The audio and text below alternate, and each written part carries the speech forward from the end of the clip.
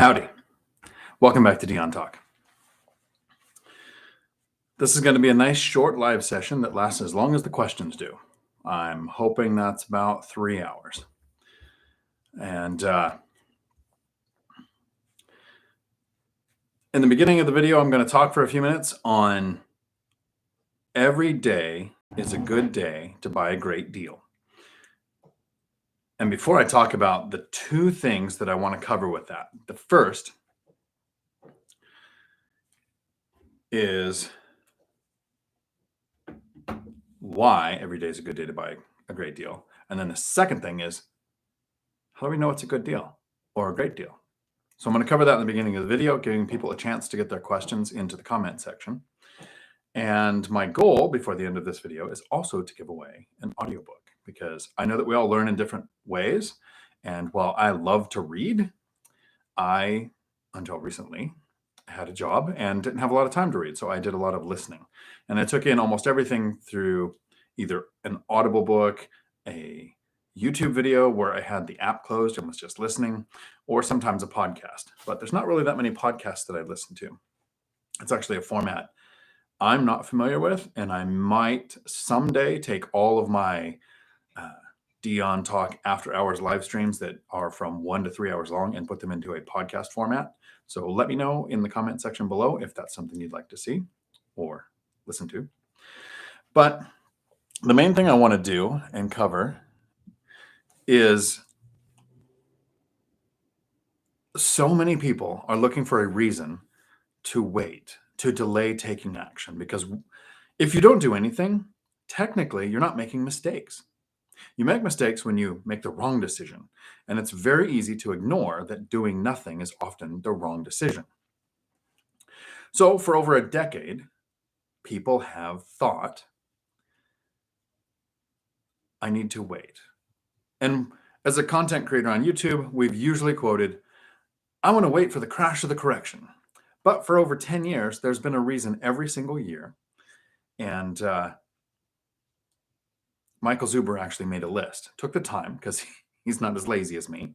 If you're not familiar with one rental at a time, every morning he gets up at like 4 or 5 o'clock in the morning, Michael Zuber does, and he reads through all of these things. He has an econ degree, he's much smarter, much more educated than I am, but he filters through all of the news in the morning to figure out what would matter to an investor, and then he puts together a 10 to 20 minute live stream every morning at 7:30, except for Thursdays it comes on at 7 because he makes an adjustment for one of his experts that comes on.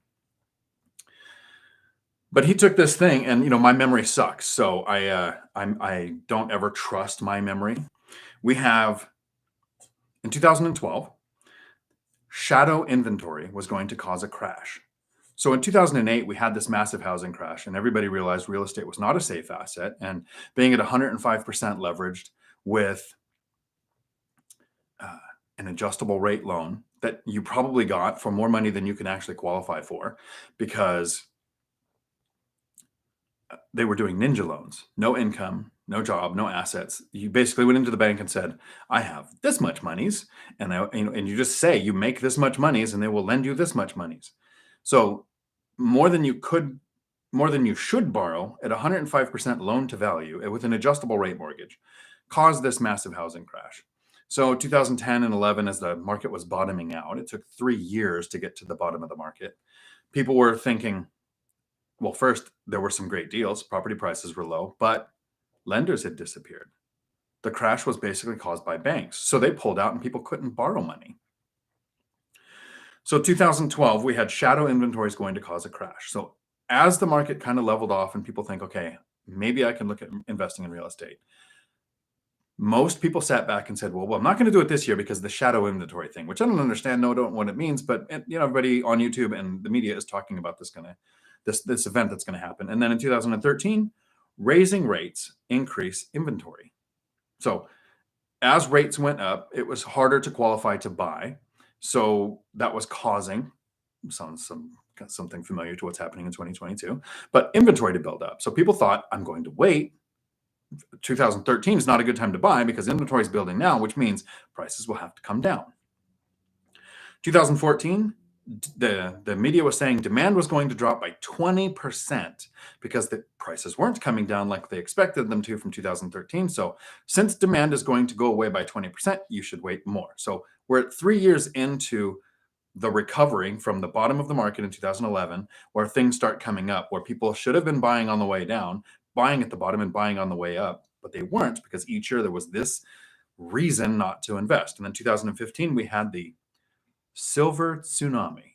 The people with white in their hair are going to be retiring. The boomers, which I am a Gen X, but the boomers in 2015 were hitting their retirement age. And it was time to really watch out for people downsizing, because a real common practice is, or at least in general finance world, not in the fire community, but in general finance world, you hit retirement age, your kids, you're an empty nester, you don't need the extra bedrooms. So you sell and you get a 1 or 2 bedroom house that is then your retirement house. So you've downsized probably to a better climate, which is going to flood inventory. Didn't happen. 2016, there was a manufacturing recession and caused stocks to crash by 15%, one of the largest crashes since 2008, to happen all in a short period of time. And stocks are so much more volatile than real estate that a lot of people talk about the housing crash of 2008. And there were some markets like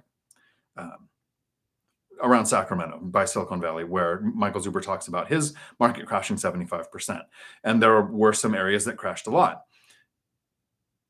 The largest crash, the largest correction, drop in house prices market-wide, so not to a specific area where either car manufacturers move away or very heavy tech industry like Silicon Valley is hit by something like the dot-com crash, where a crash is big. But market-wide, the largest drop in any 1 year period in real estate was 8.9%. Now, if you took 2008, 2009, 10, and 11, peak to trough, it was bigger. But in a 12-month, 1 year period, 8.9% was the biggest housing crash we've seen in my life. 15% drop in stocks is big numbers, big scary numbers that the media or content creators can use to say, hey, here's your excuse to not invest. So 2015, 2016, 2015, so silver tsunami, 2016, we have the stock market 15% crash. So housing is next, because everybody says, oh, it's dominoes that are not connected in any way. 2017, prices above 2008. So in 2017, across the board, market average prices and median home price was above the price for 2008. Since the prices were so high in 2008 because they went down for the next 3 years, there must be a crash. Don't buy now. We're higher than the last peak before the last crash. So buying now would be stupid. 2017, great reason to wait until 2018. 2018, interest rates go above 5%. So this is definitely not the time to buy a real estate, because interest rates are so high. There's no way you can afford the payment. There's no way that your tenants can afford rent that will make the payment based on the 3 things that affect your yield: price, rates, rents. So in 2018, interest rates are too high. Don't buy. It's not like they're going to drop down to like 3% in 2020 and you'll be able to refinance. 2019, inventory is up because in 2018 rates went up, so people weren't buying. So in 2019, inventory is so high that demand is going to go away. You shouldn't buy. Definitely don't buy in 2019. But in 2020, we have a pandemic. We have COVID. We have an eviction moratorium nationwide for the first time that I ever remember. And we all know how good my memory is. So we have an eviction moratorium. Your tenants don't have to pay rent, and you can't kick them out.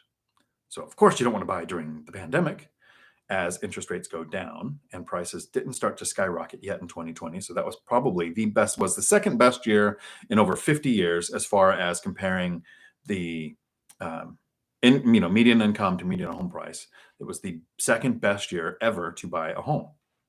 But don't do it, because tenants don't have to pay rent and you can't evict them, which I've never seen a later missing rent payment. You screen your tenants based on credit score, and tenants who have a high credit score will protect it.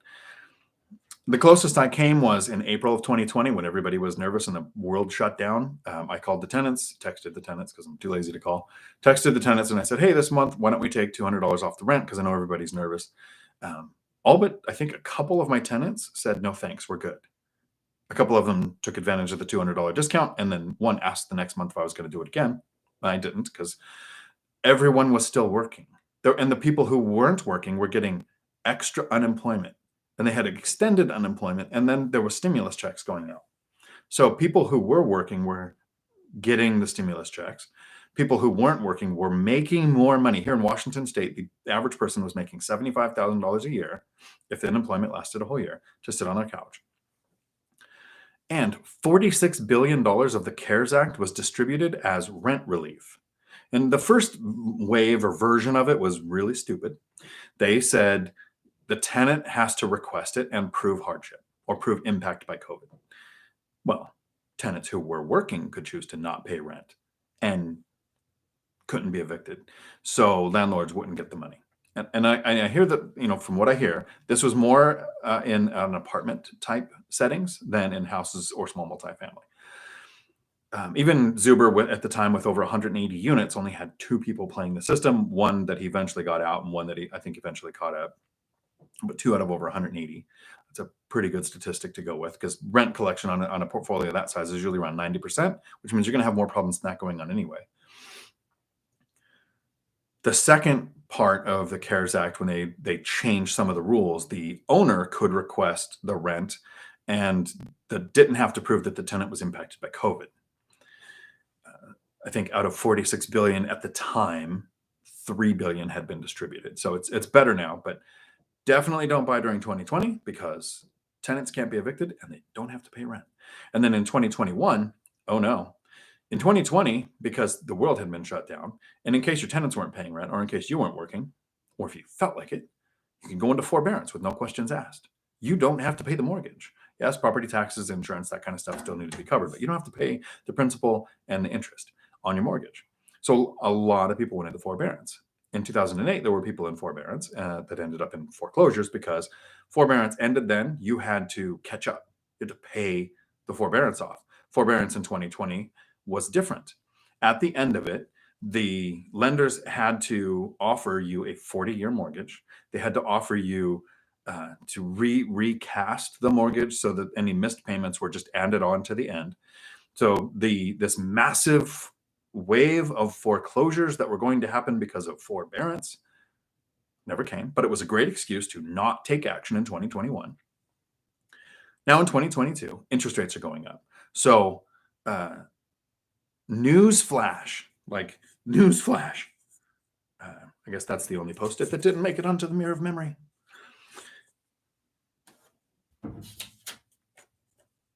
People are still stupid. Newsflash. Interest rates are up, so it is a terrible time to buy real estate. So in all of not all of those years, almost every one of those years I was buying a property. There was one year where I focused and paid off the mortgage on one because in 2015 to 16, large banks were letting you have 4 mortgages in your name. I had 4, and I thought I would pay one off and then find the next property and go back up to 4. So I paid one off, got back to 4. Rules changed, you can have 10. So my goal for a while was to get to 10 mortgages in my name while working a W-2. Plans change because it's always a good day to buy a great deal. Every time I purchased a property during one of those years when all of the reasons existed not to buy a property, I was getting a cash flow that year. And my average in my areas is 7 to 8% on a deal, so I was getting 10s. So you figure out the area average, and then you want to get better than that. That's what makes it a great deal. So if I'm getting 10 year 1, year 2 and 3, I'm getting 15 and 20% cash on cash returns. So a little over 10 years of investing, I quit my W-2. 2 weeks ago now? I think 2 weeks ago on a Tuesday. So literally 14 days of retirement. Because of the cash flow of properties that I purchased during years when you shouldn't buy a property. And here's the reasons why you shouldn't buy a property. Very frustrating. So there are people right now who are starting their journey in that first or second year, and they're hearing everybody say, wait for the crash, wait for the correction. And I really, like I often do, don't want to call someone out by name, Adam. But if you say, I'm going to wait for interest rates to come down and then I'm going to buy, the demand is still there. So right now we're not buying because prices haven't come down with the rising interest rates. Like people always said, if it goes up 1% in interest rates, 10% in prices will come down, which is not factual. If it goes up 1% in interest rates, 10% of buying power might go away, but that doesn't impact the price of what's being sold. Median price is actually going up. Again, I thank Michael Zuber for doing the work every morning to find, different markets and talk about the median price that is increasing. If interest rates come back down, do you think sellers are going to then just keep their prices low? Or are they going to think every time the interest rate comes down, buying power goes up? Demand is still there, so prices are going to go up. The longer you wait to buy property, the more it is going to cost you. So the first thing I wanted to talk about is it's always a good day to buy a great deal because there's always a reason to wait. It's easier to say, I'm not going to take action because of these reasons, instead of, I'm going to do this thing. I won't get all the way there, but I'm going to take some step. I'm going to start my auto search. I'm going to increase my savings. I'm going to work on my credit score. I'm going to talk to a lender to see what my options are. I'm going to talk to agents. I'm going to talk to multiple agents, get different auto searches set up. I'm going to look at different asset classes to figure out what cash flow is better in my area: single family, small multifamily, house with an ADU, storage, RV pad, mobile home park, whatever you're going to invest in, to figure out what's working currently to know what to invest in. And I heard this on BiggerPockets the other day. It was a great analogy, and I'm going to try to work it into a few things. My friend Adam, who refuses to buy until either prices drop or rates drop because they're not going to impact the other. He wants to drive from his house to my house, right? Go from point A to point B. He's about 15 miles away. But he doesn't want to leave his house until all of the lights turn green between his house and my house. And when all of them are green, he will then leave his house and drive to my house. So luckily, I don't like to see people at my house, and all of the lights between his place and my place are never actually going to be all green at the same time. So I don't have to see him.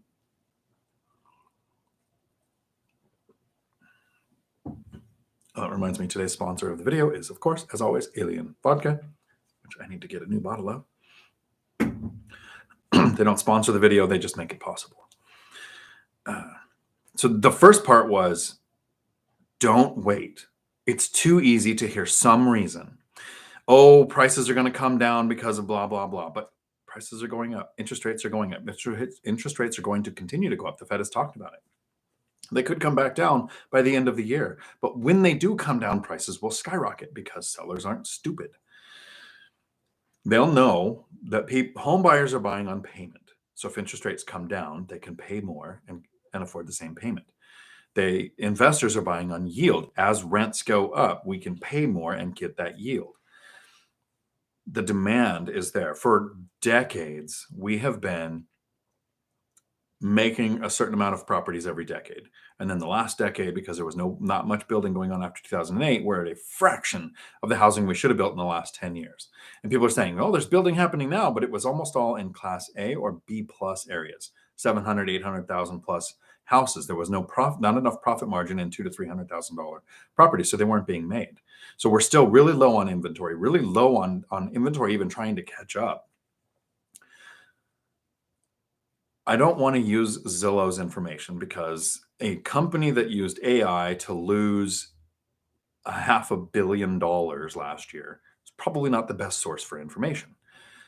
But they're calling for over a 14% increase in properties next year. Fannie Mae and Freddie, big, they back the mortgages, are calling for a 3 to 4% increase in housing next year. Increase in housing next year, which I'm not saying they're smart and always know what they're doing, but if people like that are calling for prices to either stay flat or go up, every single person who thinks, I'm going to wait for the prices to come down, thinks they're smarter than everybody at Zillow and everybody at Fannie and Freddie. And I get it. It's a good reason to not take action, because if you don't take action, you're not technically making a mistake. But think about this. If I listened to every single one of the reasons from 2012 until now, this is sad to even think, I would still have to work. Not that I didn't like my job. I loved my job, but have to work is not work. It's have to work. And that's a terrible situation that most of us find ourselves in most of our lives until we figure this finance stuff out. And that have to work goes away by taking action, one rental at a time. Add something to your portfolio, hunt for the great deal. So that's the first one. The second thing I want to talk about before I get to the questions, and I appreciate each question tonight, and the Audible book that I'm going to try to give away tonight, if I can figure out how, is how the heck do you know if it's a good deal, right? Everyone talks, Well, you got to know the yield. And then the dumbest word that doesn't apply to anything I've ever invested in, to the point that I wouldn't even try to explain it, is you got to have the right cap rate. I couldn't even tell you if a cap rate going up or a cap rate going down meant good or bad, because it doesn't apply to small multifamily and it doesn't apply to single family. It doesn't take into account things like, and cap rate with my unintelligent version of it is it's the debt ratio. What will it make if you bought the property at its price without any debt? But it's not just the debt. What if you have a $500 a month HOA or no HOA at all? What if property taxes are $1,000 a year, like here in Washington for a single family house? I'm paying, I think, $1,700, or they're $16,000 a year if you're in New Jersey, right? It doesn't take into enough for you to use it for any metric in small multifamily or single family houses. If you're into apartment complexes where you're using NOI, cap rates might somehow apply to it, but that's not the way I invest. It's not what I invest in. So I haven't even bothered to learn how to use it as a metric. How do you know if it's a great deal? And this comes right out of the book from Zuber, One Rental at a Time, his first book, which technically I'm going to be giving away an audio copy of this tonight. I have his Audible version of this, but a lot of people have that Audible version, or they have this and they've read it. So if you have it, you can choose a different Audible book: Rich Dad, Poor Dad, Cash Flow Quadrant, Think and Grow Rich, Richest Man in Babylon, whichever, something hopefully finance related, 50 Shades of Homes, something like that. Out of his book, One Rental at a Time, Zuber talks about learning your market, because what's happening in the entire country really doesn't matter. You have a local market where you invest, not where you live. So if you invest where you live, it's that market. If you live in one area and invest in another, then you're going to learn the market that you're investing in. This will generally take a couple of months. This doesn't happen in 2 or 3 days, and it doesn't happen from a quick Google search. And you're going to spend a couple of months because you have to track the data. If you're looking to buy a car, you don't go to cars.com and look at what cars are currently priced and just pay that. You look at several cars, you look for several days, and you figure out which ones are selling quickly, which ones sit forever because they're overpriced. Same thing with real estate. You want to get an area average. What are homes selling for? Owners think in square footage and they think in payment. If you're buying a house to live in, how much can I afford to pay? And homeowners will often look at square footage. Investors want to look at yield. So there's 4 tiers of who will pay for a house. The first one is homeowners, who pay the highest because they're buying based on payment. Then you have investors who buy based on yield. What is my cash on cash return? Then you have flippers who are looking for the best improvement with the least amount of work. Then you have wholesalers that are looking for a seller who just wants to sell and with the ability to find somebody who will buy it for more. So that's the kind of the echelons of who will pay the most for properties. You want to look at that market for several weeks, 2 months, 60 to 90 days, and figure out which properties sit on the market too long, what's selling in an area. There are some areas where people say, there's no small multifamily in my area. I've been looking for a month. My first question is always, how do you look? Redfin, Zillow, those are all dated material. If you're not looking on the MLS, you're not going to see small multifamily in your area. My deals that I've purchased, I've seen pop up on Zillow and Redfin 2 months later, pending, after I closed. That's how quick the data hit that. So have auto searches set up with real estate agents in your area. And I say agents because one agent isn't going to be able to search well enough. Even if I was an agent with access to the MLS, I would have different auto searches set up because the way you put in the data for your search is nuanced. My agents in over 10 years have only sent me the same deal one time within a 24-hour period. And in a seller's market like we had for the last 2 years, speed was your friend, so that wouldn't work. Now we're not quite to a buyer's market yet, but the pendulum's getting closer to the middle, to where things might sit on the market longer. And now you might be able to have more than a day to find a property. So have several different agents with auto searches set up to then decide, is there any small multifamily in your area? And if there isn't small multifamily, but you want to invest in more than one unit, I would recommend looking for houses with an ADU or an accessory dwelling unit. 2 houses, 1 property works just like a duplex. You generally lose a lot of the competition because homeowners aren't looking for 2 because they don't want to have tenants. And investors usually put in small multifamily, duplex, triplex, fourplex. They forget the colloquialisms to the area of what an ADU is. ADU, DADU, granny flat, mother-in-law suite. What terms are being used in your area to describe that type of property? Have that in your search. Watch the market for 2 to 3 months to figure out what sells quickly, what prices things are selling at. You have to learn, if you're an investor, you want to learn the 3 things that impact your yield, because we're investing for yield.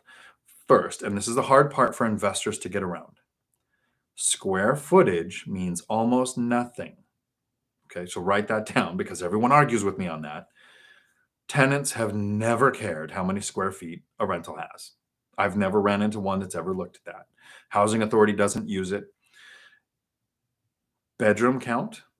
And then you can look for things like extra parking, covered parking, closed parking like a garage, pool, hot tub, storage shed. You can look for those, but the core thing you're going to look for when you're figuring out the first of the 3 things, area rents. You want to know what do things rent for in your area. That takes some time to study also, because you want to look at not just what's listing. You can't take a snapshot. Like when you're looking for the binder method where you get the tenants to request a rent increase, you kind of go to Zillow, Redfin, Craigslist, and you print out current rentals. So you're getting a snapshot that day. But to learn the area average rents, you need to watch for a period of time to see which ones sit, which ones rent out fast. Meaning rents out too fast, too low, sits too high, and then look for other reasons why it might not be renting. Is it next to something noisy in an unsafe area? Learn the areas of learn the neighborhoods to your investing market to figure out what area average rents are based on bedroom count. Then what are current interest rates? So you want to be talking to lenders almost weekly, if not more. And then the third thing is price. To me, it's the last thing I would really look at, because especially when it comes to list price, anyone saying right now, I bought my house for $100,000 over asking price, or I bought my house for $100,000 under asking price, is looking at the wrong metric. Asking price is just a thing the seller made up. The agent said, I think it's worth this. Here's the comps I found from maybe last month, or that are closing this month based on interest rates from 2 months ago when there's been huge changes. So it's more of an art than a science. So when they put that wish price, there are a lot of people who are thinking, I really wouldn't sell my property. It's cash flowing, or I'm comfortable living here if it's a rental or if it's owner occupied. But look what's happening to prices. And at that price, I would sell this property. So they list it at a wish price. For the last 2 years, they probably got it, or they got over it. So the limited supply that we had sold. Now we're starting to see properties sit on the market longer. So learn what is the average day on market in your area. Is it 5 days, 10 days, 60 days? And then start to watch properties that are on there longer than that, longer than what is normal for your area. Because now you might be able to finally be able to tell the difference between somebody who's just thinking about selling if they got the right price, and what we're looking for, somebody who has to sell. Moved away, divorce, death in the family, family growing, need more, whatever the reason is that they have to sell, and it's sitting and they're not getting their wish price. Now you can make offers. You can start running the numbers to figure out the number that makes sense to you, that gets you the yield you want or better to make that offer. And if you're not slightly embarrassed by the offer that you're making, you're offering too much in this current market. So that's how you know if it's a great deal. Learn your area average rents. Know what your rates are, because that's going to change often and impacts what your yield is going to be. And then kind of ignore the prices on the properties. Watch the days on market to where you can start making offers on a property that's been sitting too long, where the seller might take your offer, which is much less than what they listed it for, if that's what makes sense. If it makes sense at the list price, it's probably going to sell quickly like it would in the last 2 years. But if somebody has it listed too high and you wait long enough to know that person's probably going to take a low offer, make your offer at the number that makes sense to you. So that was the 2 things I wanted to cover before I get to the questions. It was supposed to take 10 minutes. We're at 30 minutes. That wasn't the plan. This is on Michael Zuber's website. Every day is Saturday. I don't know that I will ever have merch, but if I do, mine would say every night is Friday night. And my goal is to help to get you to the same point. You could still work if you chose to. I reached financial freedom in 2018, so it took about 8 years. And I could have quit then, but I really liked my job. I worked another 4 years. I trained the team up to make sure that the company could handle my transition out of the company. Wasn't sure when I was going to retire. And before I get to the howdies and the questions, the last thing I'll wrap up with is I like how Michael Zuber retired because he went into work one day and had a bad day.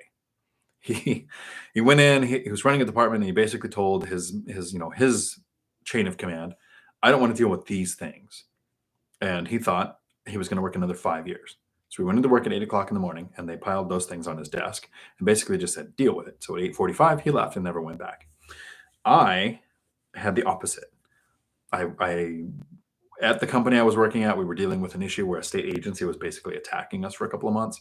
So I was really focusing on fixing that issue. Basically had to use every skill that I have from the last 10 years. Met with an attorney, kind of brushed up on what, the tactics I was going to use. Finally had the meeting at the end where in about a 1.5 hour meeting, I took an adversarial state agency, got them to the point where by the end of the meeting, they were supportive and trying to solve the problem with us instead of trying to create the problem. And I thought, this is like the best day ever. I quit at the top of your game. All possible because of having financial freedom. Money coming in every month that is multiples of what it takes me to live. And that's the goal with my channel, is to get you to the point where you have that choice. And it doesn't mean you have to quit your job. If you love your job, you could stay working like I did for another 4 years. At some point, time freedom might win out, and it's best if you have the option to walk away that a lot of people just don't. So, howdy. Eugene, good to see you. Nice. Brian? Eugene, I'm looking forward to you coming to the States sometime. We're going to have to get to know each other. And now that I'm not working, maybe I will come there. So email me and tell me where you're at. Brian, howdy. Hope you're staying hydrated in Arizona. I've already left there. I basically drove down there to go to lunch with a friend. 127 degrees when I was there. So why do you do that to yourself, people? Drove through snow on the way back. That was better. And I'm back in Washington where, the air doesn't hurt your face. Let's see. Tom, howdy. Glad to be here. Thanks, Tom, for showing up. I appreciate it. Just trying to see what I can for the next, save what I can for the next deal. Had your owner occupy room hack rental a year now. Awesome. Congratulations. That's cool. Especially as a driver. I also house hack rent out a room in my unit because my goal is to not be here very much. But I like that somebody always is. And I don't know if you know this or not, but money doesn't suck. and I like money. Dawn, howdy. Happy Tuesday night, people. Every night is Saturday night or Friday night? Friday night. Because Saturday night is too close to Sunday night, which is close to Monday. I was entertained by people who, the memes on social media. Thank God it's Friday. Go crap, tomorrow's Monday. Does everyone hate their job that much? Because while I'm happy that I don't have to work, I never really dreaded Mondays. If I dreaded Mondays, I would have quit in 2018. So if you hate your job, get on the path to financial freedom, figure out your timeline, figure out what you need to make to get there, and then find a job you don't hate that makes that. Quick. Tom spends more time answering questions in a month than he does on his own rentals. That is absolutely true. That is very true. I'm making a video this week. So if you come, please understand this isn't quite clickbait. It's me just being satirical, which means funny, I think, according to Google. I want to make a video on real estate sucks so much that it takes so much time to manage my rentals. I had to quit my job because it's something a tenant once said to me. A tenant once said, my uncle had rentals. I would never have rentals. She was writing we were signing a lease and writing the first check, I think. And or whatever it was, we were in the meeting. She goes, I would never want rentals like you have. My uncle had 14 and it was so much work. He had to quit his job. And I want to make a video where I'm like, man, that 2 hours a month to manage my rentals was so time consuming. I had to quit my job. So I definitely spend more time answering questions. I try to do about 3 hours a week, except for one Tuesday, where I go to a live meetup around here. And I do spend a lot more time answering questions than I do managing my rentals. Kenny, howdy from Indiana. Nice. I didn't try. No, I don't think I made it Indiana on this drive. I went through California, Arizona, Utah, Idaho, back up. Just did the loop. Went by, saw the canyon, of course. Been there 2 or 3 times now. Tiffany, howdy. Jason, howdy. Hopefully everybody's good. Leo, howdy. Chester, howdy, Chester. Seems like you've taken a few days off this week. Dividend Dave, howdy. I can't believe you drive all the way down here for the meetup, Dave. That's pretty awesome. Hopefully the get-togethers are helping you. Paula, howdy. Laura, howdy. Chester, the 15 Conversations with Real Estate Millionaires audiobook is complete. Nice. Very close. I am like this. I've got this much to go. I should be done like this weekend. I think I should finish it and get that to Mike. And then that should come out. Byron, howdy. Michelle, howdy. A podcast would be great since you read the questions. It will work great. Awesome. That's kind of the reason I do this. I think I'm surprised that more people don't have YouTube Premium for listening with the app closed, for no commercials. One of the things I think that's helped me actually reach financial freedom in the last 10 years was not watching a commercial. Not once. Not even, I don't watch the sports ball, but even in the Super Bowl halftime things, I don't watch those commercials either, because people with decades of experience in how psychology works have picked the colors, the audio, the timing to figure out how to get us to want to think, I've never seen that before in my life, but I don't think I can live without it. And I only buy the things I actually end up wanting. So I think the podcast version would be good, because I think that's basically what it is, right? It's like you can listen to it when the app's closed. Chester, I think there's a psychological aspect to inaction. It might require therapy. I can't endorse counseling therapy enough. It's a way to clear mental roadblocks around risk and loss aversion. I am your typical, I think I'm older now, but middle-aged guy that would go, ew, therapy, that's stupid. But the VA has had me do some counseling that has had a massive impact on my life, so I endorse it too, which would be counter to what you would expect a normal average person to say. North Colorado Dawn, howdy.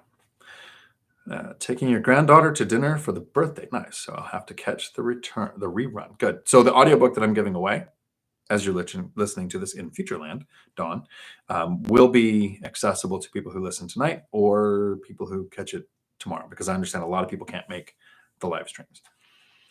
Kevin, howdy. Of your binder method. Do you use the binder method every year on your current tenants when a lease ends? If rent is flat or goes down year over year, would you still use the binder method? So the great thing is if rents go down, the binder method can be used on the landlord, because it adjusts your rent closer to the area average. So since 1914, when we've started tracking the data, rents have never gone down market-wide. There are some local markets, like I said earlier, where the car manufacturers move away, or the dot-com crash hits Silicon Valley harder than somewhere else, where that market might go down. But market-wide, they've never gone down. So I'm confident that the binder method wouldn't be used against me, but it could be, and I would be comfortable with it. I'd be like, yeah, I'm charging too much. If the area average rents is less, mine should be less too. I don't do it every year. So here's how the chronology works on using the binder method, which if you've never heard of it before, let me know and I'll give you like the microscopic version of what it is. There's a 20-minute video on my channel that explains it. Basically gets the tenant to request a rent increase. So I do it the first year that I own a property, when I inherit tenants. So if I buy a property and there are tenants in it already, I'll wait 2 months, because I want to make sure, because I didn't get to vet them, I didn't get to run their credit, I didn't get to communicate with them in any way, didn't pick them. So I'm not sure I want to keep them. So I wait 2 months to see the 3 things that matter to me as an owner, which isn't credit score, isn't income, isn't anything that people screen for, because we're screening for things to hope to give us these 3 things. First, do they pay on time? You're actually going to find that out when you own the property. So that's what the 2 months are for. Second, do they call me for super trivial things? And third, do I get noise complaints? If those 3 things are the way I want them, then I want to continue the relationship with that tenant. So then I'll use the binder method. Then I didn't generally use the binder method again on that tenant. I would talk to the tenant every time I thought, hey, we've set the rents here. I don't raise the rent every year, but every other year I do a 5% increase. And from 2013 to 2019, that kept me up with area average rents, 5% every other year. So some people could say, well, you do 2.5% every year, but a 5% every other year also helped tenants sign a 2-year lease. So I didn't have to think, find, screen, flip a unit or anything next year because I'm lazy. I got the 2 more years out of it, or the extra year out of it. But in 2020, when the eviction moratorium hit, rents didn't go up. There was a rent freeze basically. And in 2021, rents skyrocketed.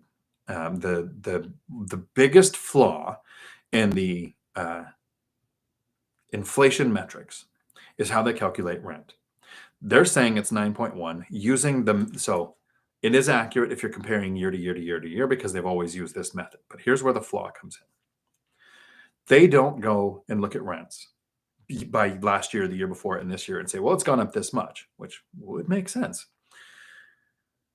They go to owners of houses and say they use owner equivalent rent. There might be a more accurate term, but that's what I remember. And we all know what my memory is. Thank you, VA. But they ask the owner, if you were to rent out your house, what do you think you can get? This might be somebody who's never had a rental. There's just give me your number, your made up number. So they say it's 4 to 6% now. So that figured into the metrics gets us the 9.1%. What CPI? So inflation is where it is. It's much higher because actual rents are up 30 to 40% in my area. I used the binder method in 2021 on all my properties. And the average increase was 20 to 28%. So the smallest increase was 20%, all the way up to 28% at tenants' request. So happy tenants asked for the rent to go up to 28%, ended the meeting happy because I agreed. And the powers that be are saying rents have gone up 4 to 6% when tenants are asking for 20 to 28%. So that's the biggest flaw in inflation. And I don't use the binder every year. I generally wouldn't use it again on a tenant unless there was something like a spike in rents in my area where it went up so much that a 5% would have me quickly fall behind rents, because your expenses don't set rents. They help you calculate your yield, but it doesn't tell you, I need to get $2,000 a month for this deal to work. It doesn't work that way. What would in your area, what would a unit with that many bedrooms rent for? That sets rents. So when area average rents go up, your rents can go up, especially using the binder method. You don't have tenants freak out and quit, leave and write on Reddit about you. They actually ask for the rent to go up. They thank you, and they're happy, and they don't generally leave.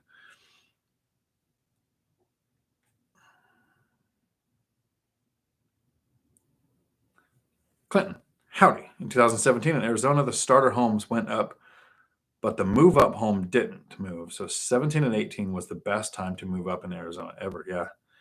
And then in 2018, 19, and 20, what happened in Phoenix? It was like 25 to 30% appreciation every year over year. So here in Washington, we've had, and Seattle had over 30% appreciation, but in my area, it was about 24% year over year. So 24% the first year, 2020, then 2021, we had another 24% increase of the 2020 price plus the 24% that it increased. So we could see a 20 to 30% drop in prices in my area, and we would still be above 2020. Now, if you think about historically over 60 years, the average home appreciated 4.6%. 4.6% is what it's supposed to appreciate, what the average is. So if we had a 30% drop and we were still above a 4.6% increase from 2020, that's not a drop. That's appreciating where it's supposed to be. But everybody wants to wait for the prices to come down.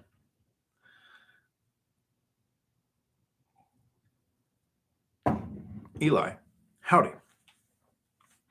When you inherit tenants, do you have them sign a new lease when their current lease with the previous owner is expired? Also, where do you find your leases, from a local lawyer or online? That's a great question, Eli. Thank you. I got my first lease off of a website that each state might have. So check your local state if they have a landlord tenant resource page. So Washington State had one. Leases are very state specific. So don't ask for somebody to share a lease with you if they're not from your state. It might have verbiage that is either illegal or non binding in your area. If you have a BiggerPockets Pro membership, I think you have to have 3 months or more.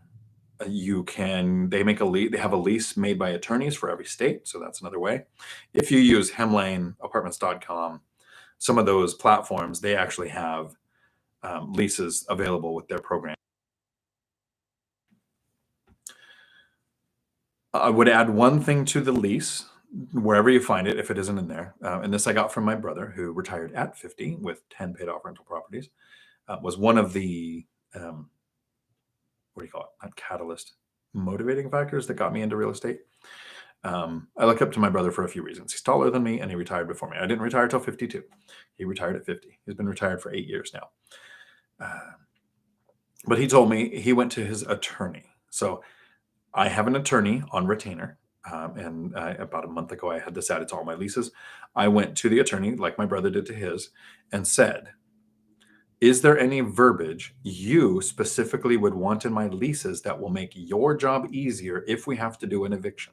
Because that attorney works in your market and knows that court system and knows the words that are binding and that court responds to.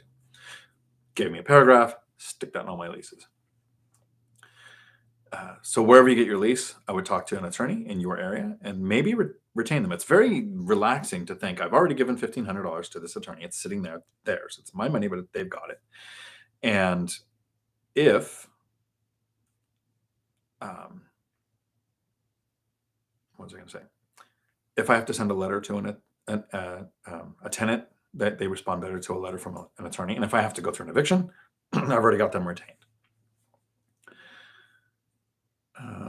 That's how I get my leases.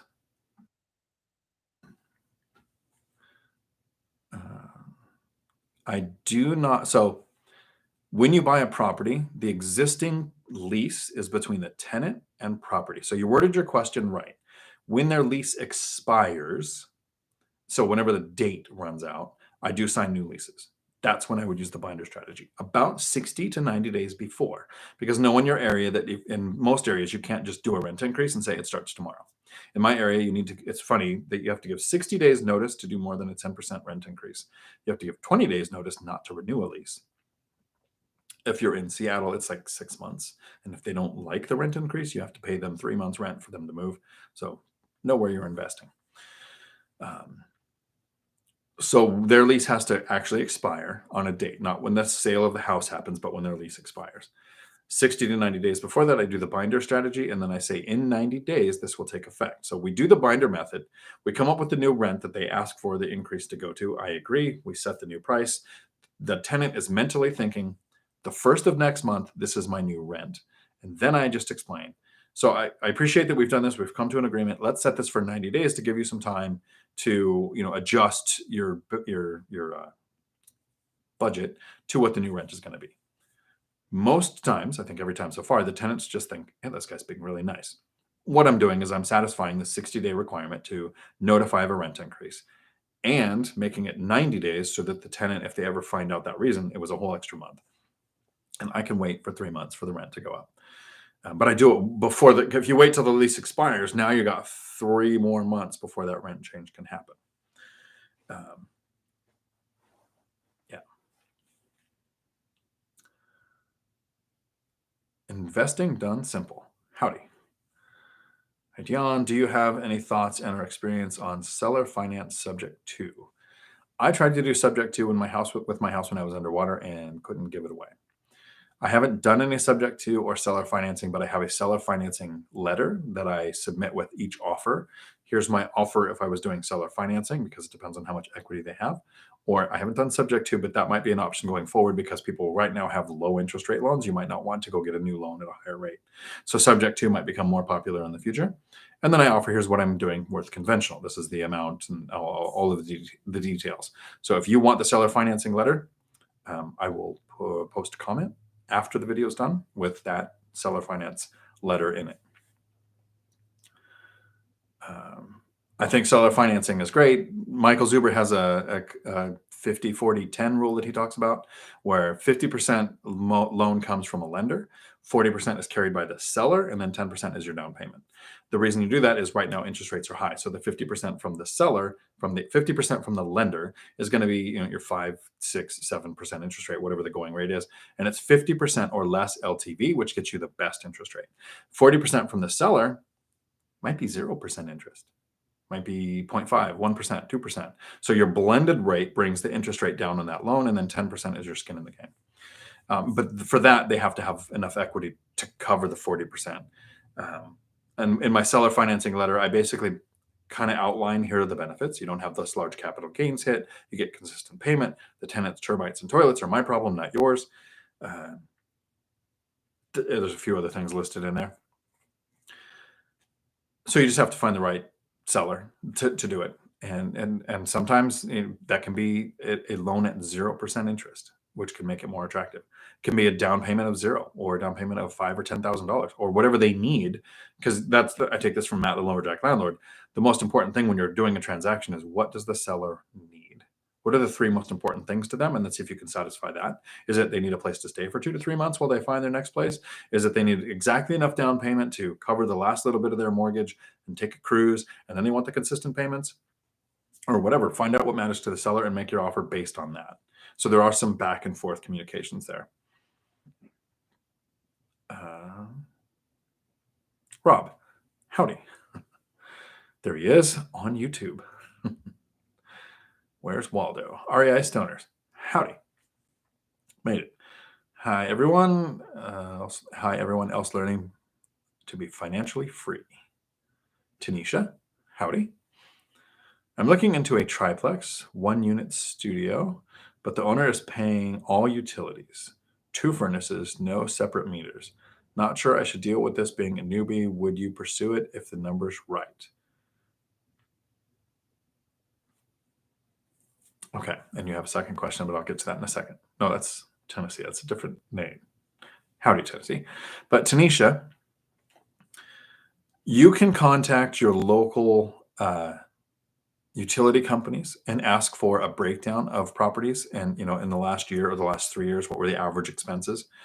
Because do the numbers work? Yes, whenever possible, I want all utilities in the tenant's name, because I don't want to look at a property and see all the windows open and the furnace on full blast, knowing I'm paying for that.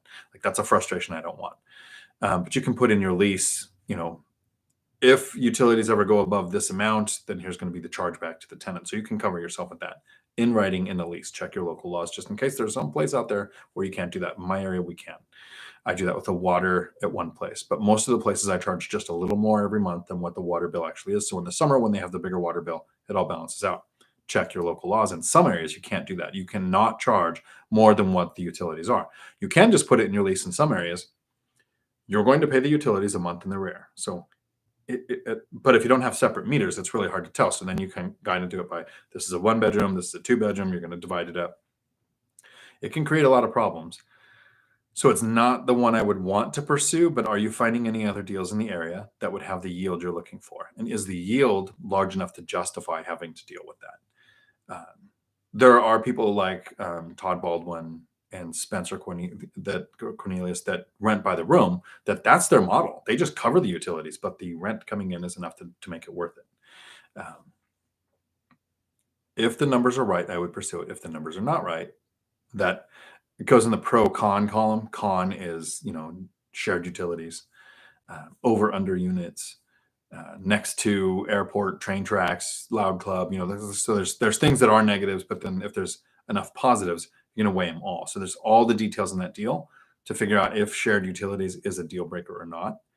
Because if the yield is big enough to cover a problem where you just cover the utilities, I would pursue it. If it's not, then I would pass. Tennessee, what are your favorite free data sources for gathering information on your local market? I did last week was a live stream where I did tenant turnover setting the rents. So the first, it should have been 10 minutes, was probably the first 30. Was me going to, I was sharing the screen using Zoom, and I went and I looked at, here's how I set the rents. So to learn the rents in an area, I would do the same thing. I would go to apartments.com, Craigslist, Trulia, Zillow, Redfin, Realtor.com. I try not to use Rentometer. Even if you use their 3-month metric, they're falling way behind. They told me in that area that about 17 or 1800 was the area average, and I was easily finding 2200 or more for the same size units. So it was dated. So I'm not much of a fan of Rentometer currently. I mean, if they fix it to where it doesn't rely so much on dated historical information, it might be good again. It was good from 2013 to 2018. They used it all the time. It was fairly accurate because rents were going up slowly to where historical with a little bump all the way it kind of tracked. But then 2021 threw off everything so much they haven't fixed it yet. Think of other free data sources. I use the CDS rental calculator app made by Chandler David Smith. And you said free, so BiggerPockets calculators, not so much because you have to have a pro membership to use that more than a couple times. But the CDS rental calculator app is really useful, really simple. It gives me exactly what I'm looking for. I just want to know what my yield is and maybe what the amortization schedule looks like, but I hardly ever even click on that. I'm trying to think of other free resources that I use to learn the local market. Local REI meetups, get to know the investors that are investing in that area, because no matter where you go, somebody is investing successfully. What are they doing? What can you take from their strategy that would work for you? And of course, YouTube University. I do suggest paying the $12 or $13 a month or whatever it is to get YouTube Premium so you can listen without commercials and listen with the app closed. So it's not quite free if you do it that way, but if you don't mind commercials and keeping your phone open or your whatever open, then YouTube University would be that too. Mac, howdy. Curious, is there a membership fee for the local real estate meetups you go to or free? How should someone prepare going to their first one? Thanks. First, ask, is there a fee to attend? That's the easiest way to tell if they're free. Almost all of them that I've heard of are free, unless you get into something that sounds like a mastermind. If you get into most mastermind things, they cost money. Seattle Investors Club from seattleinvestorsclub.com has a Thursday mastermind that is free to attend. If you want to watch the replays, then it takes a membership, but to just attend, be a part of the conversation, 11:30 in the mornings on Thursdays.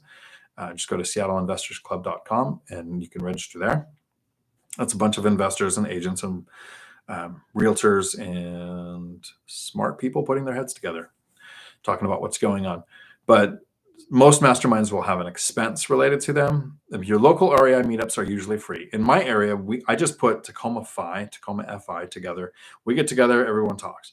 Most times, a local REI meetup is going to be at a brokerage office or at a lending office or somewhere sponsored where the lender gets their 10 minutes to talk about their product. So they pay for the sandwiches and the drinks or whatever. And then you got to sit back and listen to their pitch. I personally am more of a fan of people just hanging out and talking to share ideas. But depending on what's on your area, because after you get the pitch from that, that's what real estate meetups end up being. And that's the best place, I think, to find things like handyman. Somebody there can give you a face-to-face review of what the person's work is like. So that's what I would do for that. Chester, the best thing is to have personal self-determination so that we can use our own internal resolve as our source of self-motivation. That ensures we're less likely to allow external influences to deter us from taking action. That is very cerebral, very accurate, and not what I've done. I've done it the very lazy way.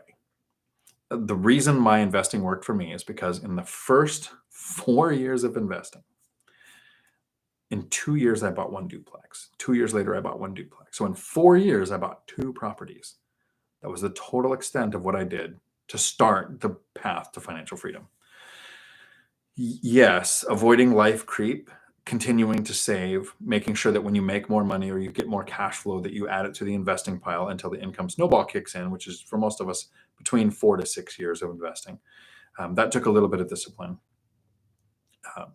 I think the way you said it would work for most people, but for me, it had to work for the lazy. Like it, if it took longer to self-manage my properties than 2 hours a month, I would probably have a property manager because I'm pretty sure it would take me 2 hours a month to manage a property manager. So to manage the rentals and the property manager would take the same time. If it was taking me 20 hours a week, I would have a property management company because I wanted to add enough rental units to make work optional, to be financially free enough to quit when the day was right. Uh, July 5th, but who's counting? And every time I added a rental property, it had to not increase the workload, or I wouldn't have added more. The lazy would have kicked in, and I would have just stayed working a job until I, in my 70s probably. Nice. Rob, I'm waiting because I'm still rehabbing the last one. That and I ran out of money. Yeah, money is a big part of this. And when prices go up and delays happen, especially with supply chain issues that are going on, I can see that happens. But it's a marathon, not a sprint. Jay Hayes, cheers. Rich, cheers. Howdy. Mac, hi. Can you win in house hacking if you break even on the first deal? No deals in the market are giving more than 2% cash on cash for multiple months now. Added to that if you're paying less on half the mortgage on your house hack rather than paying rent at an apartment, that's higher. So my first house hack was a duplex, and I still paid about $300 a month towards the mortgage. So with setting aside for repairs, maintenance, and vacancy, I still had a cost of living, but I was paying $1,500 a month in an apartment. I reduced my housing expense. So yes, a house hack makes a lot of sense if you're not going to break even or cash flow. There is a video on my channel on how to run the numbers on a house hack. And the two biggest things with running numbers on a house hack is you remove the house hack. When you're looking to buy, even though you use a low down payment, I run the numbers as if I did 20 or 25% down because it's very easy to get a good cash on cash return if you do a zero down VA loan, right? You make $10, infinite return. That's not a good deal. So I run it like I did 20 or 25% down. That's the first thing you remove. The second thing you remove is you run the numbers as if it was the year after that you lived there and all of the units were rented out. If your unit was rented, all of that, would it be a good investment if you did a 20% down and the units were rented? What would your cash on cash return be then? Because the house hack, we're not worried about how much we make. We're using house hacking for two things. And this Saturday, Michael Zuber is doing a deep delve for an hour and a half with me and Matt, the lumberjack landlord, on house hacking. And here's the two teasers on what house hacking is. Almost everybody focuses on what you did. What if I'm not breaking even? What if I'm just reducing my housing? So we think reduce or eliminate your housing expense is house hacking. That's only half of it. The second thing is owner-occupied lending, 30-year fixed rate debt with a low down payment.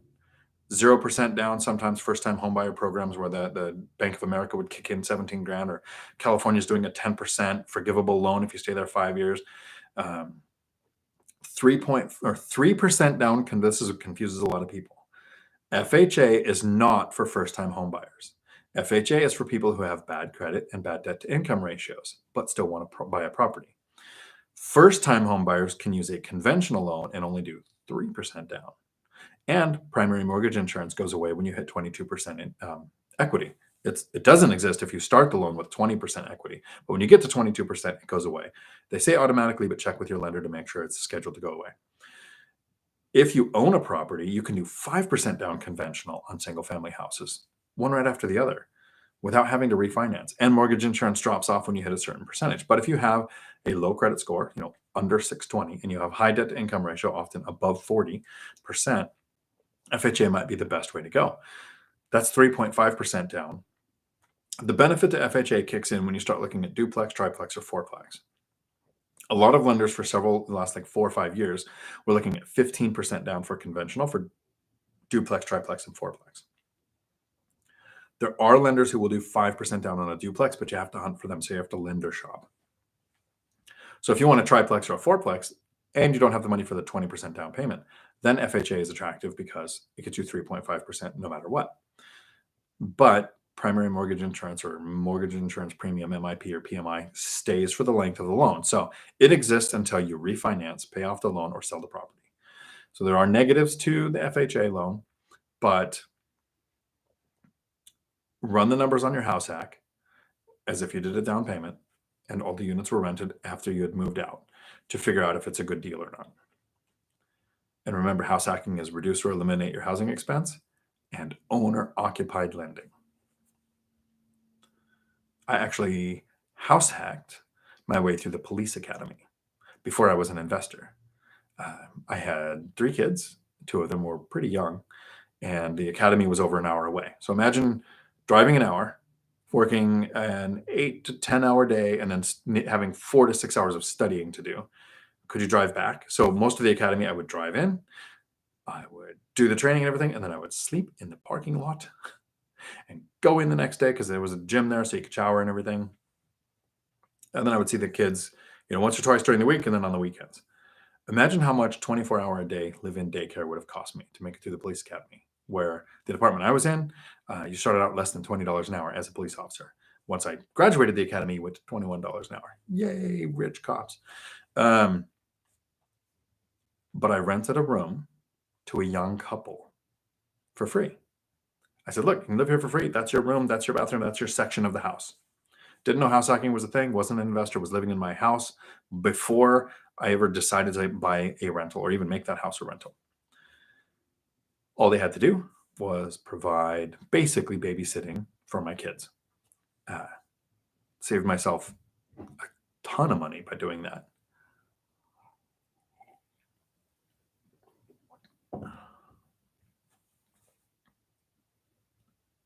REI Stoners, did you find your handyman on Thumbtack app? No, I found both my handyman through networking, local REI meetups.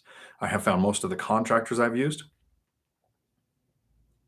almost all the contractors except for one, from the Thumbtack app. That's where I get contractor. Handymen are generally, in my opinion, and the ones I work with that do great work. I'm very happy with the rate that we've worked out, aren't tech enough to be on an app. I think one of them had a flip phone, let alone have an app. But contractors on Thumbtack, so roofer, plumber, electrician, fencing, tree work, that kind of stuff. I want somebody that's tech savvy and is worried about reviews. Jason, howdy. I'm going to paint my rental unit on my first turnover. How do you handle painting on a tenant turnover? Do you paint yourself or hire it out? Also, what kind of paint do you use? Eggshell, satin, etc. Pretty much go for satin is what I use. The first several tenant turnovers, I've almost always done the painting myself. I just take a weekend. Money was a little bit tighter. I was still waiting on the income snowball to kick in. And $1,000 to $1,500 to paint the interior of whatever, to me, was worth a weekend. And you just put on old clothes and go buy the stuff. I try to paint before flooring is done, so I don't care about the mess I make. Tape as much as I wasted a bunch of tape before I learned that you don't need any of that on a rental. The last 2 I've had painted, and the one that I have going on right now, I'm having painted by the handyman, partly because I'm really hands off. I don't like to do things. I like to keep it to 2 hours a month to self-manage my own rental properties. But you can use a painting company or you can use a handyman for painting, whichever. But I like to keep my handyman employed so that, on the easy jobs like painting that I could do myself, it's not easy, but I could do it myself, right? The handyman gets to make money, which justifies the 10:30 at night text that goes to the handyman for the leak or the toilet problem or the whatever that needs fixed. And the handyman never complains. So I do give easier jobs now to handyman than in the beginning. In the beginning, though, I would hire a handyman and say, hey, I just bought this fourplex. All the decks are messed up. So I'm going to hire you to fix these decks, but I'm going to work next to you. Because I had never done, how does the pylon work? How do you level it? All the stuff that goes into a deck that I didn't know, that I don't need to know. But now that I know, anytime I have deck work done, I know what a fair bid is. So yeah, I have handyman, can do painting. I've done it going forward, even though I'm retired and now I have the time freedom. I'm very happy to take the $1,000 or $1,500 and give it to the painter and have them do the painting. The first 5 years, I tended to do more of that kind of stuff myself. than to give it to the contractor or to the painter to do, or to the handyman to do. Um, it's kind of like in the first 5 years, I drove 15, 20-year-old cars. And now I have a property that I call the vehicle duplex, and it kicks off about $1,400 a month in pure cash flow that goes into an account for the next vehicle. So every 4 to 5 years, $40,000 to $60,000 vehicle bought by that duplex. So an asset is paying for it. The vehicle is a liability. And at that point, I have the choice. Do I want brand new? Do I want to look for 1 or 2 years old? I don't even have to think of the price of the vehicle. Really, it's that property is buying what I feel like having in the moment. The first 5 years, it was what will run, how many of these do I have to have that where one of them will run well enough to get me to work so I don't lose my job, so I can get the money to buy the assets that will make it to where I can have that life where I can buy any vehicle I want. I'm not doing what Matt is, where he's waiting for the deal on the Lamborghini, right? I had the poor man's Lamborghini. I had a Corvette in 2018, but now it's almost always just, give me a pickup. I'm good with the pickup, even with fuel. It's the thing that sucks, and this is an overshare. The thing that sucks about financial freedom is I know inflation sucks. I know that alien vodka is not the price it was 2 years ago. Makes a little tear on the face. I know that fuel costs more. I know that food costs more. But I don't care. So in the first 5 years of investing, where I was and where some of you are, you're saving for the next thing. And sometimes that saving is $50 a month or $200 a month, right? And so if you are making $3,000 a month and it costs you $2,800 a month to live, and now all of a sudden it's costing you $3,800 a month to live, things have cost, $1,000 more. You have two choices. Find a second job, increase your income with overtime or something, or cut out things. Sometimes almost essential things, right? To get it down to where you can afford it. Freedom. And the goal for me to bring as many people, it seems, kicking and screaming into financial freedom with me is to the point where you have assets paying all of your expenses, and then you have assets that are generating cash flow that you're saving for the next expense, right? For the next asset that you're going to buy. Your assets are making the money to buy your assets. To where I quit my job, and the cash flow, and if you're new to my channel, please understand, I am very transparent with numbers. I just say, here's what I paid, here's what it makes, here's what I'm spending. So it's not to say like, here, I'm super poor or I'm super rich. These are the numbers. 16 rental units produce about a little over $14,000 a month in pure cash flow. So after principal, interest, taxes, insurance, after setting aside for repairs, maintenance, and vacancy, $14,000 shows up in my account that I can live on. So it takes me about $3,000 a month to live. I live kind of like everyone else. I'm house hacking, so I don't have a mortgage payment. I do the paid off car thing because I have the asset that pays for it. So my expenses are pretty small. At $3,000, I'm going out I don't ever cook in the house. Like, there is no food in the house unless there's leftovers. Case of MREs, in case, you never know. Lazy sometimes. Too lazy to go out to get food. But inflation hits me just like everyone else. And let's say the fuel costs more, the food costs more, and I'm going to spend that same $1,000 that everyone else is. And this is why this kind of sounds arrogant and why I don't care about inflation. So 14,000 coming in, 3,000 to live. So I'm basically this month going to save $11,000 towards the next asset, right? Well, if inflation is really bad, I lose $1,000. Oh crap! I'm only going to save $10,000 for the next asset. Look at the difference of somebody who makes 3,000, spends 2,800, or somebody who makes 14, spends 3,000. I'm trying to get everyone to understand that relying on your W-2 is the biggest risk you could take for your family. Get cash flowing assets, invest in stocks, build that portfolio, get dividend stocks, be diversified, learn it, invest in crypto and learn it, grow a business, get it to the point where somebody else can grow it, buy real estate, and each rental that you buy adds cash flow. Pick the strategy that works for you, invest the time that it takes to master that strategy. I wouldn't grow a business, buy some stocks, and do real estate because you chase 3 rabbits, you starve, right? Pick one, master it, and then diversify in that asset class. An index fund, or a business where you're in different locations, or rentals like I do, where I have my properties, my goal is more than 10 miles away from other ones close to economic drivers, like a base, a port, a college, a hospital, or Boeing or Amazon, or a large population. And then I have different types of tenants. So about 1/3 military, 1/3 Section 8, 1/3 working or retired, to where I have multiple sources of income to where when inflation happens, I'm just saving less for the next asset. And the whole reason for me doing anything on YouTube is to find somebody, maybe two somebodies that are watching, and help you get that next asset, help you get the next asset, and have it to where you sit back and go, I keep hearing this inflation thing sucks. And there was a time where I was dealing with a sister-in-law who told me at one time, when I started to become successful, I started to get into a better position at my job, I started having rentals and cash flow. She said she would never want to be in my position. And she said, because you always think about money. I thought about money for 10 years so that I never have to think about it again. And I didn't tell her this, but I want to someday. When she doesn't watch my stuff, I guarantee it, because it's on the interwebs, and there's evil out there on the interwebs. But I want to give her the analogy of when she goes and gets gas, fuels her car, she has to look at her bank account and think, can I fill my tank? Should I only go halfway because I need money for cell phone, groceries, rent, whatever? I go to the fuel station and pump the gas and think about whatever I want, because the money doesn't matter. When you don't have enough money is the only thing. So I thought about it too much, because I'm trying to share how I was reaching financial freedom, which is thinking about money too much. She will have to think about money for the rest of her life, because investing is gambling. And I don't know that I'll have to ever, have to is the thing, have to ever think about money again. Cash flow is multiples of what it takes me to live, whether I get out of bed or not.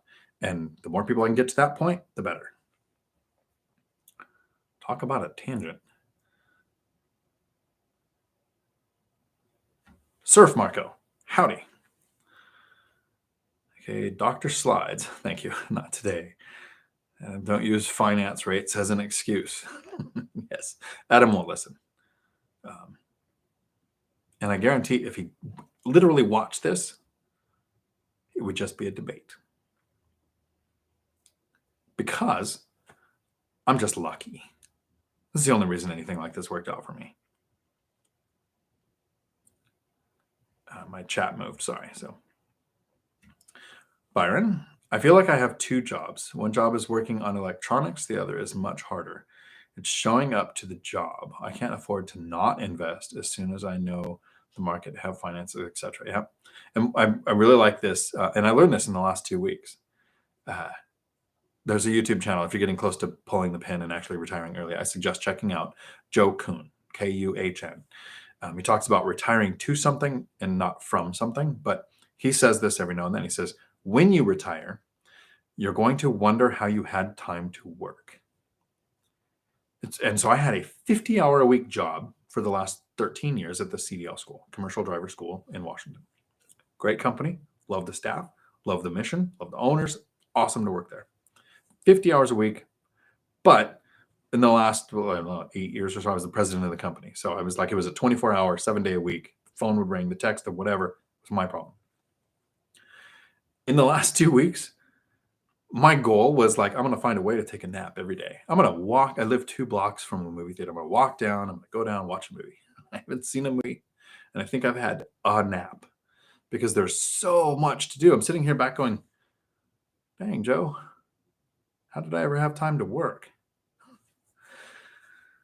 So I get it, Byron. We can't afford not to invest. Make work optional. Get that life that 10 years ago, if I would have said, hey, this is what you're going to be doing, I would have said, yeah, you're stupid. Chester, I believe the capitalization rate, aka cap rate, is net operating income divided by the value of the property. I believe that is actually right, and I still don't use it. Daniel Pitchler, howdy. Dan, who has 30 days to retirement, will have to live the rest of his life understanding that we worked together and I retired 42 days before him. Not that it's a competition. But congratulations, Dan. Super happy for you. Like a month. You're less than 31 days. You have a month of work left. That company will miss you. You've been awesome to work with. Very happy that in 2018 you decided to start investing in real estate, and 4 years later you were able to walk away from the W-2. That's phenomenal. So I retired 42 days sooner than you, but you invested for 4 years into this, and I've been investing longer. So you beat me. Good job. And then Ty took back a message to make me lose sleep tonight, to always wonder forever and ever what was there and that I missed. Very sad. I'm going to have to take a drink for Ty's missed message. I feel like Surf Marco. I feel like you can do an entire video on this subject, on how to evaluate rents in an area, which I did. Make sure I get the title right so that you can see it. I have one called Setting Rents in a Hot Market. Hey, look at that. It also shows me live. That's weird. Why is it showing me live? What was the name of my video?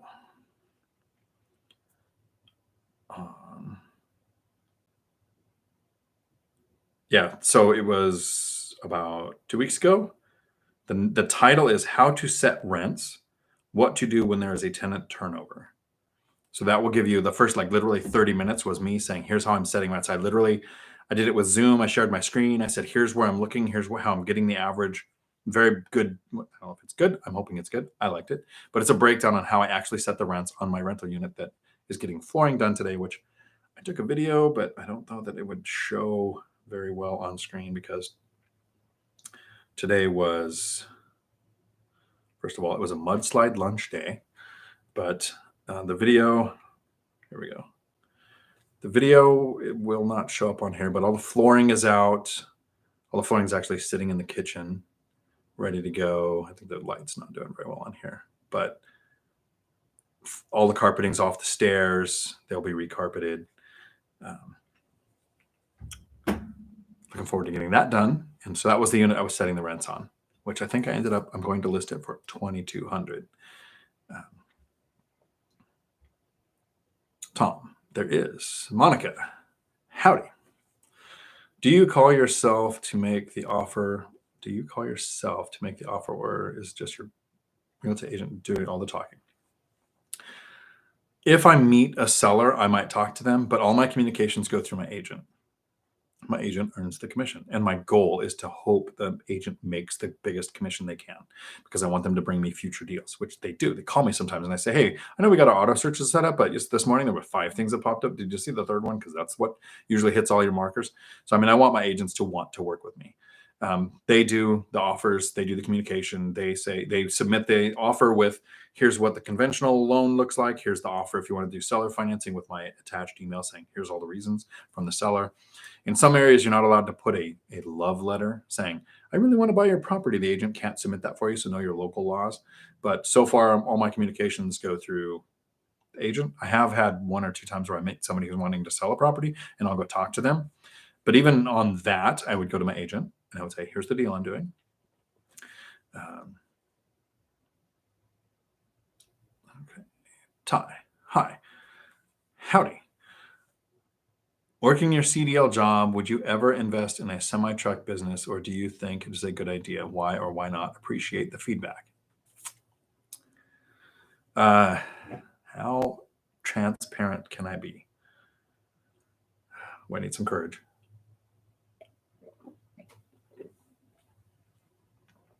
Oh, that's some strong water. Okay.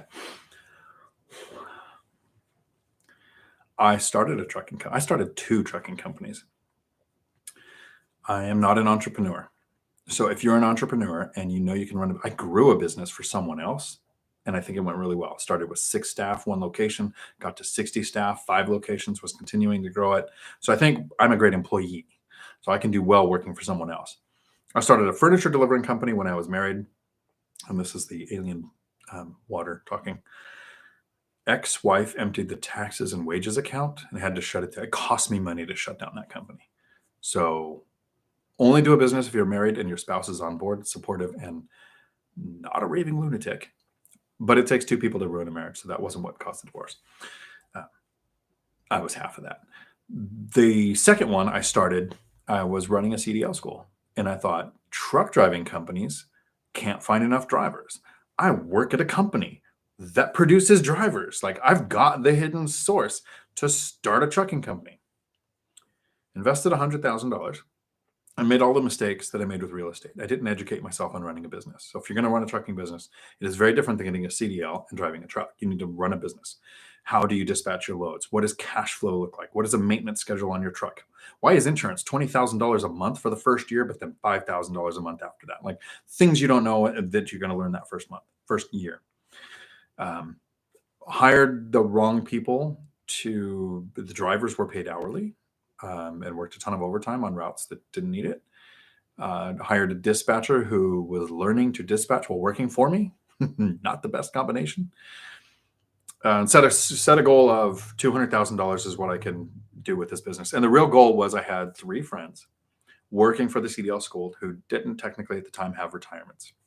And I thought, if we grow this company together, I invest the $100,000 to start up, and I have $100,000 kind of in reserves, right, as my life savings at the time. Could have been a nice duplex or 2, but I invested in this company. And I said, these 3 guys, I said, look, you guys help me grow this. You find the drivers, you go whatever, and then part of the company will be yours. So that will contribute to their retirement. That was the goal. I was getting rentals. I had a retirement. But I was starting this company for them. So I had the wrong people running it, the wrong employees, and I wasn't involved in the day-to-day, and I didn't take my time to educate myself on running a business. This is way too much of an overshare. Started a burn rate. So every month you have an amount of money that you're going through that you need to generate income to hopefully pay and then make a profit. Well, never got to the profit point. I had to put in 15,000, 20,000, 10,000, 15,000 to keep the company running month to month. And I got to the point where I was getting close to about 180,000. It cost me the last 20,000 to break the leases on the trucks, to cancel contracts, to close down the business. Took me up to the 200,000. And so that money's just gone. And I learned that's not my thing. So if you can run a business and you want to go run a business, educate yourself. The people who've been successful at doing that have come through our school. I could drive a truck. I could work for a company. I'm a great employee. I could run that kind of company, but owning it and doing it right, not my skill set. The people who are the most successful got their CDL, drove for a year or 2 to learn the industry, to learn the cycles, to learn what hauls different times of the year, what a maintenance schedule is like, how long a truck is down for, like all of those kind of things. And then learn, we used to have dispatchers. Now you have apps for getting your loads. Do that for a year or 2, and then start the business with that experience. Wouldn't come to me for advice on that, but it's totally doable. Some people do it. I learned that the thing that works best for me is to save a down payment, buy real estate, save a down payment, buy real estate, learn how to screen tenants, learn how to place tenants, learn the binder method, increase the cash flow, make work optional, be super lazy and super happy enough to look back and go, I lost $200,000. And the one the wife caused bothers me. The $200,000, I'm like, I have a couple duplexes I don't have, but that's it. Like, that's the loss. The real loss was my 3 friends didn't get their portion of a company that could have grown to give them a better retirement. So I feel bad about that. Hopefully that answered your question, Ty. Levi. Howdy. Good to see you back on a live. Thank you. Tuning in every week. I appreciate it. I do some live streams on my phone where I don't answer questions, but I will answer questions in the comments below after. These Tuesdays, my goal is to continue doing this where I just answer questions for a couple of reasons. One, I think the questions spark content I wouldn't know to create. And 2, maybe you guys can help me with this. This is a part I'm not sure how to do. I've tried to be careful not to monetize, like eventually I'm going to make a course and eventually I'm going to make a book. But I don't do things like ask for super chats and say, well, I'm only going to answer questions if you do put in $5 or whatever. That's like, if we got to where there was 1,000 people on a live stream, yeah, super chats would get answered first. But the goal would be to get to everybody that I could.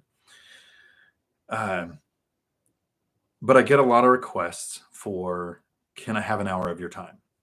I mean, like 30 to 50 requests a week of people just saying, I've got a unique situation. Here's my problems. Can we just chat for an hour? So 30 to 50 requests a week, that would be a full-time job. I have not up till now ever charged. And I know that some of those conversations, that person sat back. There was this one guy, Zhao. We went to lunch, we hung out, we talked. Um, I thought it was going to go nowhere. He didn't ask the right questions. He didn't ask, how do you pick a market? How do I calculate yield? He just asked, why do you do this? It was really topical questions. So I thought, okay, this is kind of a waste of both of our times. Nice guy though. Don't see him again for 6 months. He shows up at the Tacoma Fi Facebook or meetup group, from Facebook. We're in person meeting up. And he sits down and he goes, hey, I worked with your agent. I got my first duplex. I've got tenants on the other side. I'm renting out a room on my side. And I'm wondering, it was like talking about 2 towns for the next duplex or what the next. And now he's bought 2 properties at a distance. And I'm like, okay. So that hour was totally worth my time because they took the information and he took action. And I sat back, and now I look forward to talking to him. He speaks Mandarin, and I think I'm going to help him make a YouTube channel for people from his country that want to invest in the United States. I think he's going to. So I'm going to do what I can to help him go because he took action. I guarantee that about half of the probably over 100 1-hour calls or meetups that I've done in the last year, I would say half never did anything. So I completely wasted at least 50 hours with people who it was fun and nice to meet or talk to or whatever. But then, I see him in Facebook 2 months later posting on crypto or something that wasn't what we talked about. What is a fair rate to charge for an hour's time to say, okay, so for an hour, we're going to have a Zoom, just us, or a phone call, just us, or if you live around here, we're going to go to lunch, just us. And for an hour, I'm going to listen to your situation, your starting position, your goals. And then I'm going to say, okay, so here with my input, here's what I would do. Here's the resources I would use. Here's the path I would take, and kind of give you like a checks and balances on how to start that, or to say, I actually don't know anything about that. I'm the wrong guy. Like that could be the thing. If you want to do the Burr method, I've got the data on how to do it, but I can tell you why I wouldn't start with that strategy, right? Like I would tell a person, here's what I know about it, but here's why I wouldn't do it myself. I want to figure out an amount to charge that I'm compensated for my time because I'm retired and the goal was financial freedom, right? So Michael Zuber does this. So you could take his course, it's $320 and you get his course and all future content. Or you could pay it's $600 or $600 and you get a half hour with him on a one-on-one private call, right? He says, I hope nobody does that because he's not trying to start a business where he does consulting, right? But that is the request that comes in the most. So my live streams on Tuesdays are to answer questions for as long as the questions come in, usually up to 3 hours, right? Where I want to answer questions. So that's given for free. If I'm going to take the time to meet one-on-one, to have the phone call, to schedule out, to have a schedule of this is when we're going to have our call. I have 2 coming up this Saturday. I thought I had 1, but I have 2. Well, we're going to talk for this amount of time. I'm not going to charge these people because this was already agreed on. But going forward, what's an amount that makes it worth it for me? Because I'm trying to help everybody. That's what the YouTube content's for. It's what the live streams are for. But is enough skin in the game to where I'm only going to be talking to people who want to take action, who are like actually going to take the information and do something with it. Let me know what you think.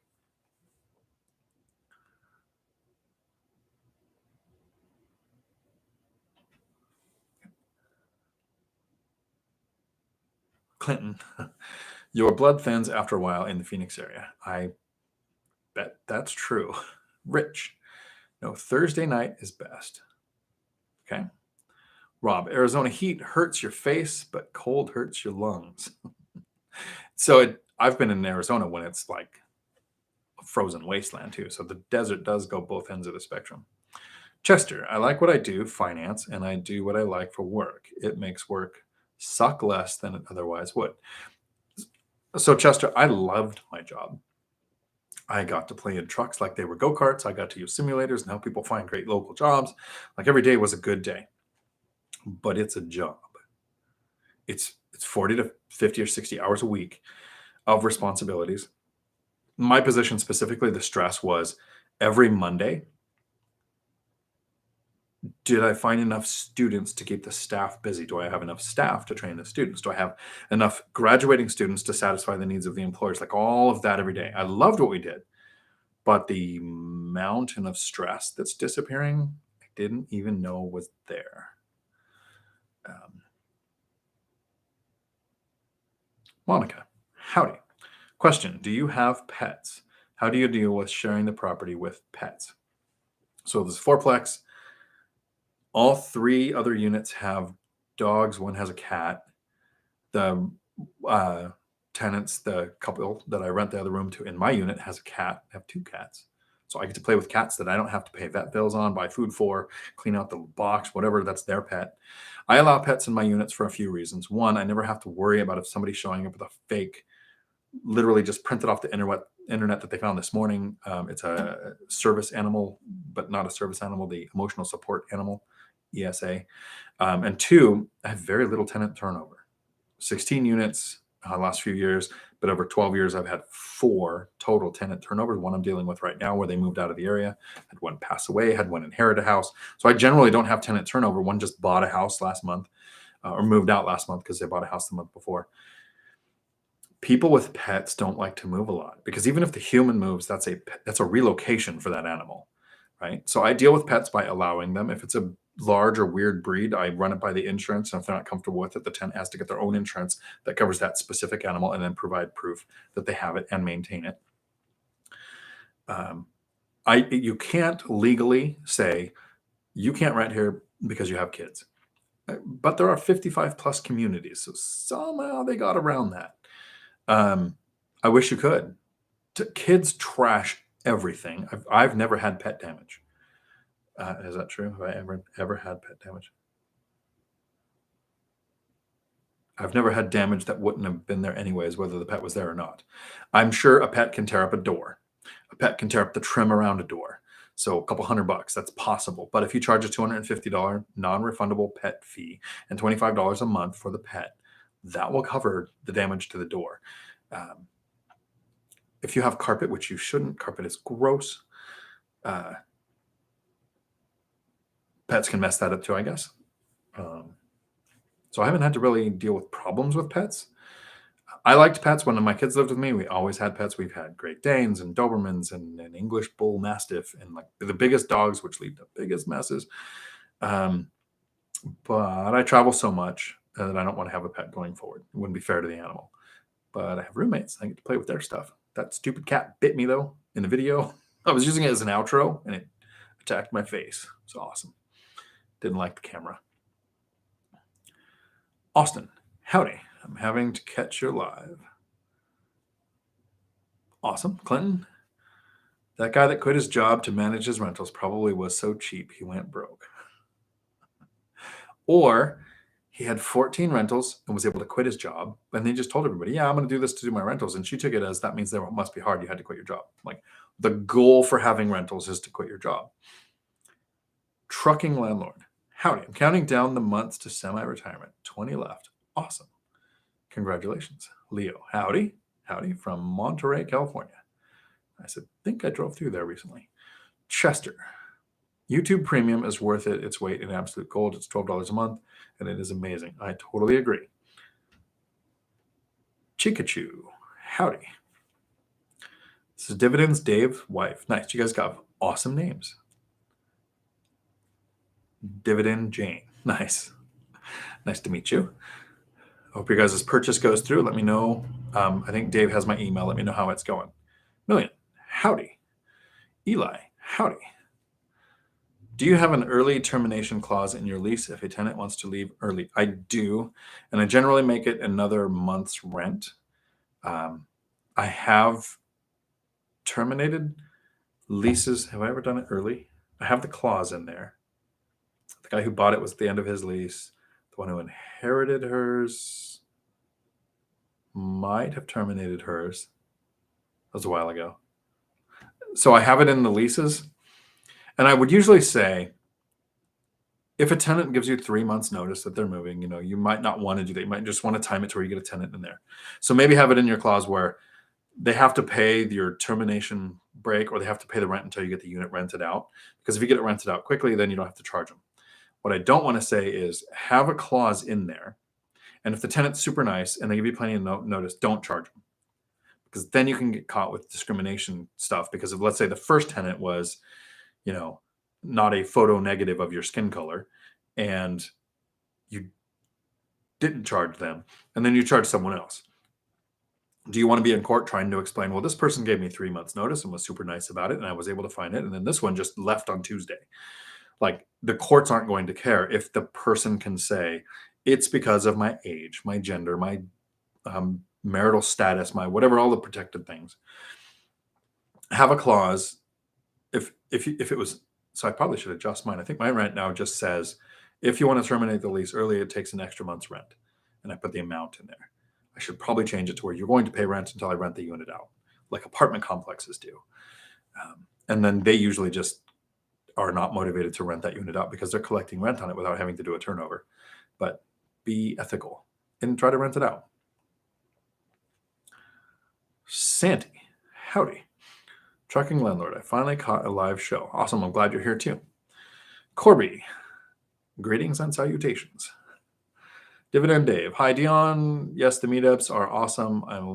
I'll miss them when I relocate to East Coast, but you will find local meetups there. Leo, hi Dion, going for my fourth rental single family home, house hack, then rent. Question, my fourth property just went under contract. Rentals are $2,300, but my mortgage will be $2,400. We'll be losing $100, but this has always been the case, and then I find renters to make a profit.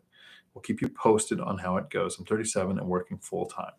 That's very close to how single families would have worked in my area. So I did the house hacking small multifamily, first a duplex and then a fourplex, and then purchased other small multifamilies because they cash flowed.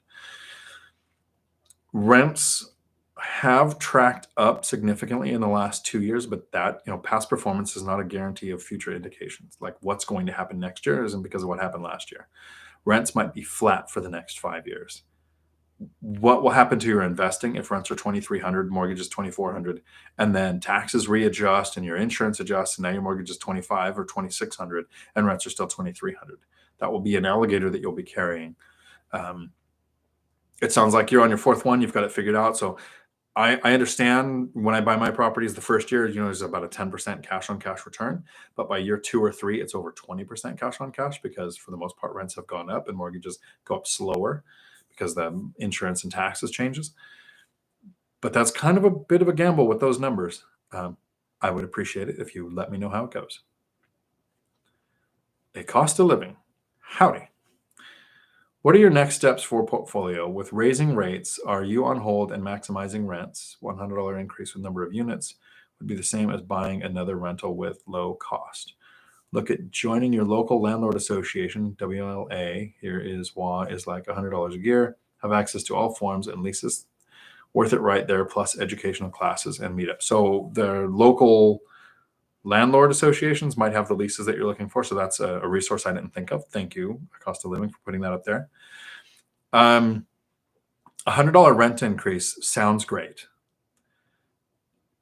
But what if the tenant asked for a $300 or $350 a month increase? They asked for it and then thanked you when you agreed. That's what I've been doing with my tenants. The smallest increase was $310 this last year, and the largest was, I remember it was 28% of whatever the rent was. That number I remember at tenant's request. So yes, increased rents does increase cash flow, which is one of the reasons why I chose rental properties for financial freedom, is because it's a hedge against inflation. So not only does appreciation happen when inflation happens, but rents go up when inflation happens. So in the future, when it costs me more to live, my rents will also be higher. Not to mention principal pay down and appreciation and all that kind of stuff. The rents will be higher. And the mortgages, the principal and interest will stay the same, even though they're amortized. You will have a slight change to property taxes and insurance over the years, but that generally doesn't keep up with the increase to rent, and definitely hasn't for me. So here, the transparent numbers. 2020 pure cash flow. No, 2021 pure cash flow, $128,000. Profit. On track 2022, if everything stays the same and I don't do any more rent increases and I don't add any more units, $168,000. Middle of 2021, I added a duplex So the first like 5 months didn't have that cash flow. So there's a little bit of that there. But the main increase was the binder strategy going around till I hit all of the tenants at the end of 2021, beginning of 2022. Did the binder strategy and had that 20 to 28% increase across the board. So 128,000 in profit to 168,000 in profit is like two, maybe three duplexes, and probably two duplexes added the cash flow of that equivalent without having to buy another property. But your question was, what am I doing with the portfolio going forward? I'm continuing to save and I'm looking for deals. When in the first few years, I'm okay with hitting base hits. Get a, area average in yield in your area or a little better would be great. Since I don't need the money, I'm saving up. I will look for days on market to build up. I will make offers at a ridiculous price and find one that sticks to add a portfolio, add something to my portfolio. If the yield is better than 10%, which is above average in my area, the options are interesting. So as the savings adds up, after you have the income snowball, it depends on your goals. If you're Matt the Lumberjack Landlord or Michael Zuber, or you want to grow this massive machine of hundreds of units, recycling capital, selling 1031, cash out refinance, purchase, home equity line of credit purchase, which is how my brother reached financial freedom, paid off his house, home equity line of credit, bought a house, turned it into a rental, paid off that, rinsed and repeated till he had 10, all paid off, then retired. My goal isn't and wasn't 100 units or 50 units or even 20 units.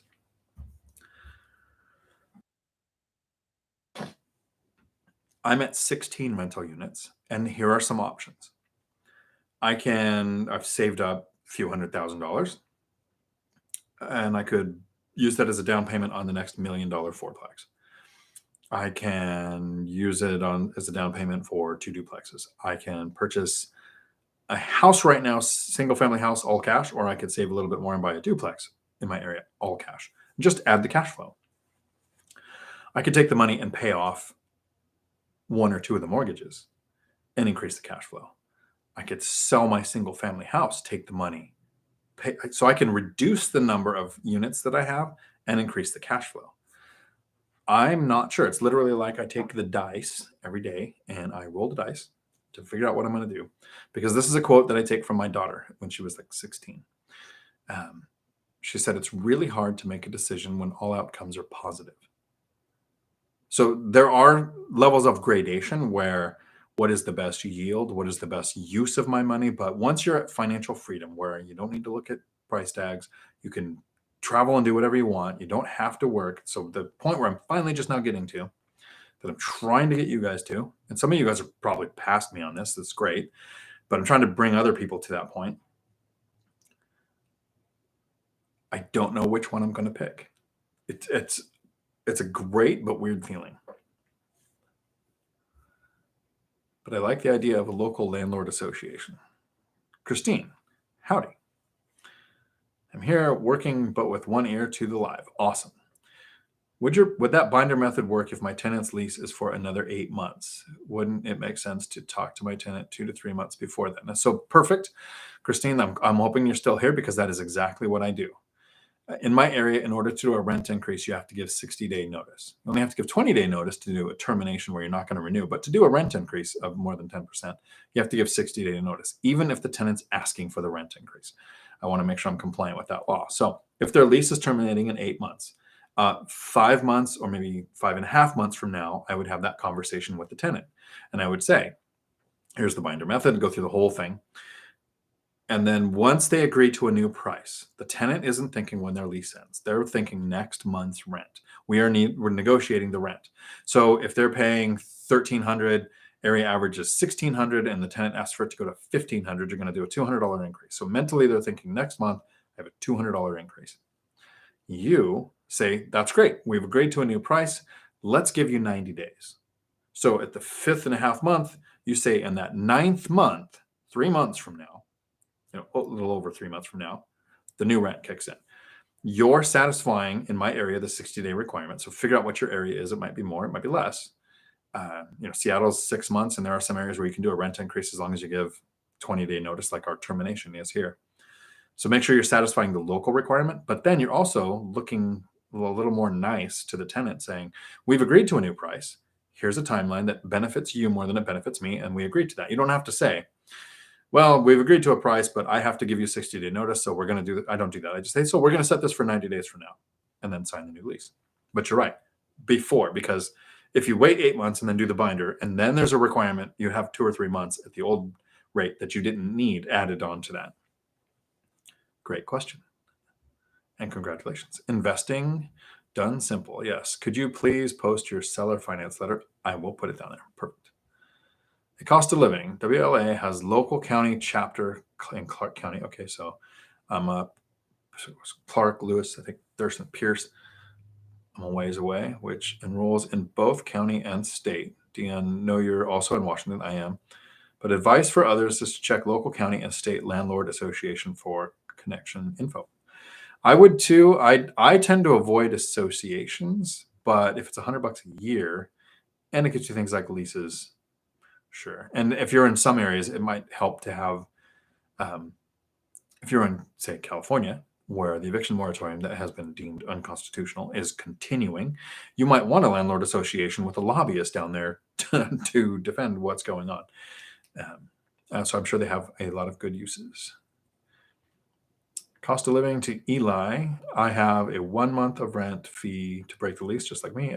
For your information, gives a free month of rent to try and get rented. If you price correctly, you can turn much quicker. That's pretty much why I do the 1 month. I've never had a tenant turn. Like, I have not listed my property that's available now, and I don't think most of the people that know that it's coming know anything about my YouTube channel. They're just word of mouth through other tenants. There's about 10 people waiting for me to list it who want to rent it. So there isn't. It's how long will it take to get the place ready? That's how long it takes to get a tenant. Ryan, howdy. Are we playing Where in the World is Dion yet? I almost hung up my traveling map and said, hey, guess where I'm at? And then drop it and say, I'm at home. But no dad jokes today.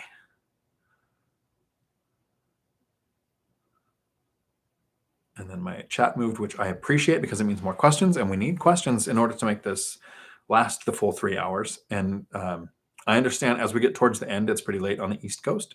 And some people might have to log off. I totally get that. But this will last as long as the questions do. And I got to find where my chat was. Eli. I'm currently house hacking a triplex. Awesome. Would I save 15% off the other 2 units from maintenance and vacancy, or save 15% of all 3 units, taking into account the market rent for my own? Great question. I run house hacks when I'm running the numbers as if I did a 20% down payment, because it's very easy to show a great return if you did a 0% VA loan, right? So I mentally, like I did 20% down. And then I set aside, so I run the numbers as if it's the year after I've moved out. So it would be all 3 units. Would it cash flow? Would it get me the yield I want if all 3 units were rented and I was setting aside 15% for repairs, maintenance, and vacancy? So I'm running the numbers on that. When you're living there, here's how reserves and the 15% worked for me. So if you have property management, you're going to have to add the percent for that too. And if you have an HOA, you need to add that too. So make sure you're aware of what your expenses are. And I'm trying to process this out because that's a great question. And I'm glad we do live streams because it's kind of unique. So let me break down my reserves and how they worked. When I had 7 or less units, I kept $10,000 in reserves. So if I had used some of that money to put on a roof or to replace a water heater or to have a big expense, 15% of gross rents from all of my properties, which would include the unit that I'm in, I would be contributing 15% of what that rent would be to fill that account back up, because I want to get to $10,000 in reserves as quick as possible. With 7 or less units, that was 4 properties. It was 3 duplexes and a single family house. So a roof can go out, 1 or 2 tenants might not be paying, $10,000 could cover that. When I went above 7, I raised it to $30,000. I figured 2 or 3 roofs, 4 or 5 tenants not paying, 2 or 3 water heaters, flooring, whatever, tenant turnover. I wanted $30,000 for that SWAN account, sleep well at night account. While I was working a W-2, I had a W-2. First, like 5 years I worked at that company. I started at $17 an hour, slowly incrementally went up, and then became the president of the company, and it scaled faster. The last 2 or 3 years I was there, I had 6 figures of income. So while I had 6-figure income, rental profit, 30,000 in reserves was great. Recently, not that anybody's counting, but the 5th of July, I quit that job on good terms. Loved the job, just retired. And financial freedom, financial time beat out over a job I actually liked. I no longer have 6-figure income from a W-2. So I'm increasing my reserve from 30,000 to 50,000, which generally I probably won't touch. But if I purchase a property and I use all of that and my reserves is at 50,000, and then right after I purchase it, something goes wrong somewhere and I spend that money, the 15% of gross rents will go into that, even for the unit that I'm in. So it would still include this one of the 16 to fill it back up to that 50,000. Everything above that goes towards of that 15% doesn't go to my lifestyle, doesn't go to the nicer, newer truck, doesn't go to the next vacation, doesn't go to the next money that I spend on my hair. It goes to the investing fund. So I'm spending so much a month to live, but excess of that 15% from gross rents doesn't get added to what I would spend. It gets, so what's the breakdown? It's like 2,500, a little more in tax and gross monthly rents, 8-ish, a little over 8,000 in mortgages going out. Then I had the 3,000 on there, which was the 15% of gross rents at the time, is set aside to where I have the 14,000 left. That's what I live on. But I put most of that into the investing fund anyway. Learning how to spend money is difficult. It's the hardest thing I think so far currently about reaching financial freedom is learning how to flip the switch of going, every penny coming in from every source is made for the next asset so that I can eventually have the life that I want. Well, you get the life you want, and all of a sudden all that money that is coming in not to do that. It's, let's take a cruise. Let's drive to Arizona and have lunch with a friend because it's Tuesday. Yeah, that's a hard thing to get my head around. But so that's what I would do. The 15% is of gross rents. And what would the rents be if your unit was rented? Because that property needs to be a standalone asset. So even once you have your reserves full and your properties are covering everything, and you look at the next one and you go, it cash flows. If I don't do 15% for reserves and maintenance, I would not get that deal. I wanted to get me my yield if I had to set aside the 10% for repairs and maintenance and the 5% for vacancy, like my reserves were low and that money had to go in there. So it's self-sustaining as an asset. That was a great question. Thank you. Hopefully I answered it. Mark, howdy. Thank you. Mike, house, howdy. Hey, Dion, thanks for spending your time teaching us. Thank you. Thank you for hanging out and learning, hopefully. Because of you and one rental at a time, I started house hacking, renting out my basement. Awesome. The first tenants moved in yesterday. That is very cool. I have 2 friends who house hack by renting out their basement. One retired like a year ago, so he's got other investments, and then does the house hacking thing. So great start. It's your largest expense. So that basement was going to exist whether you rented it out or not. And now you are paying less for where you live. Chris Webb, howdy from Central Virginia. You got me with that last time. I was like, how many Virginias are there? Because I went to school in America and they don't teach us that stuff. Where were we? Andrew, howdy. Greetings from PA. This time, your fourplex is almost done. Awesome. That's beautiful. Million. Replacing lumberjack USB receptacle while listening. That's awesome. Hopefully the breaker is off. Make sure that the breaker is off.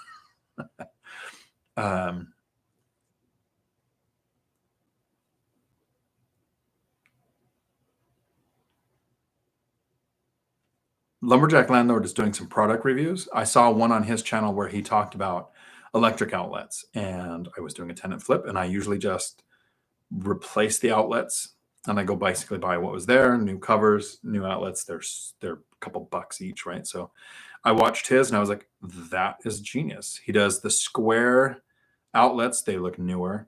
And the square outlet with the paddle light switch means both of the covers are square. So you can just buy a box of those. You don't need to know how many you have, just have enough. He talked GFCI. So we did a video on my channel covering that as well.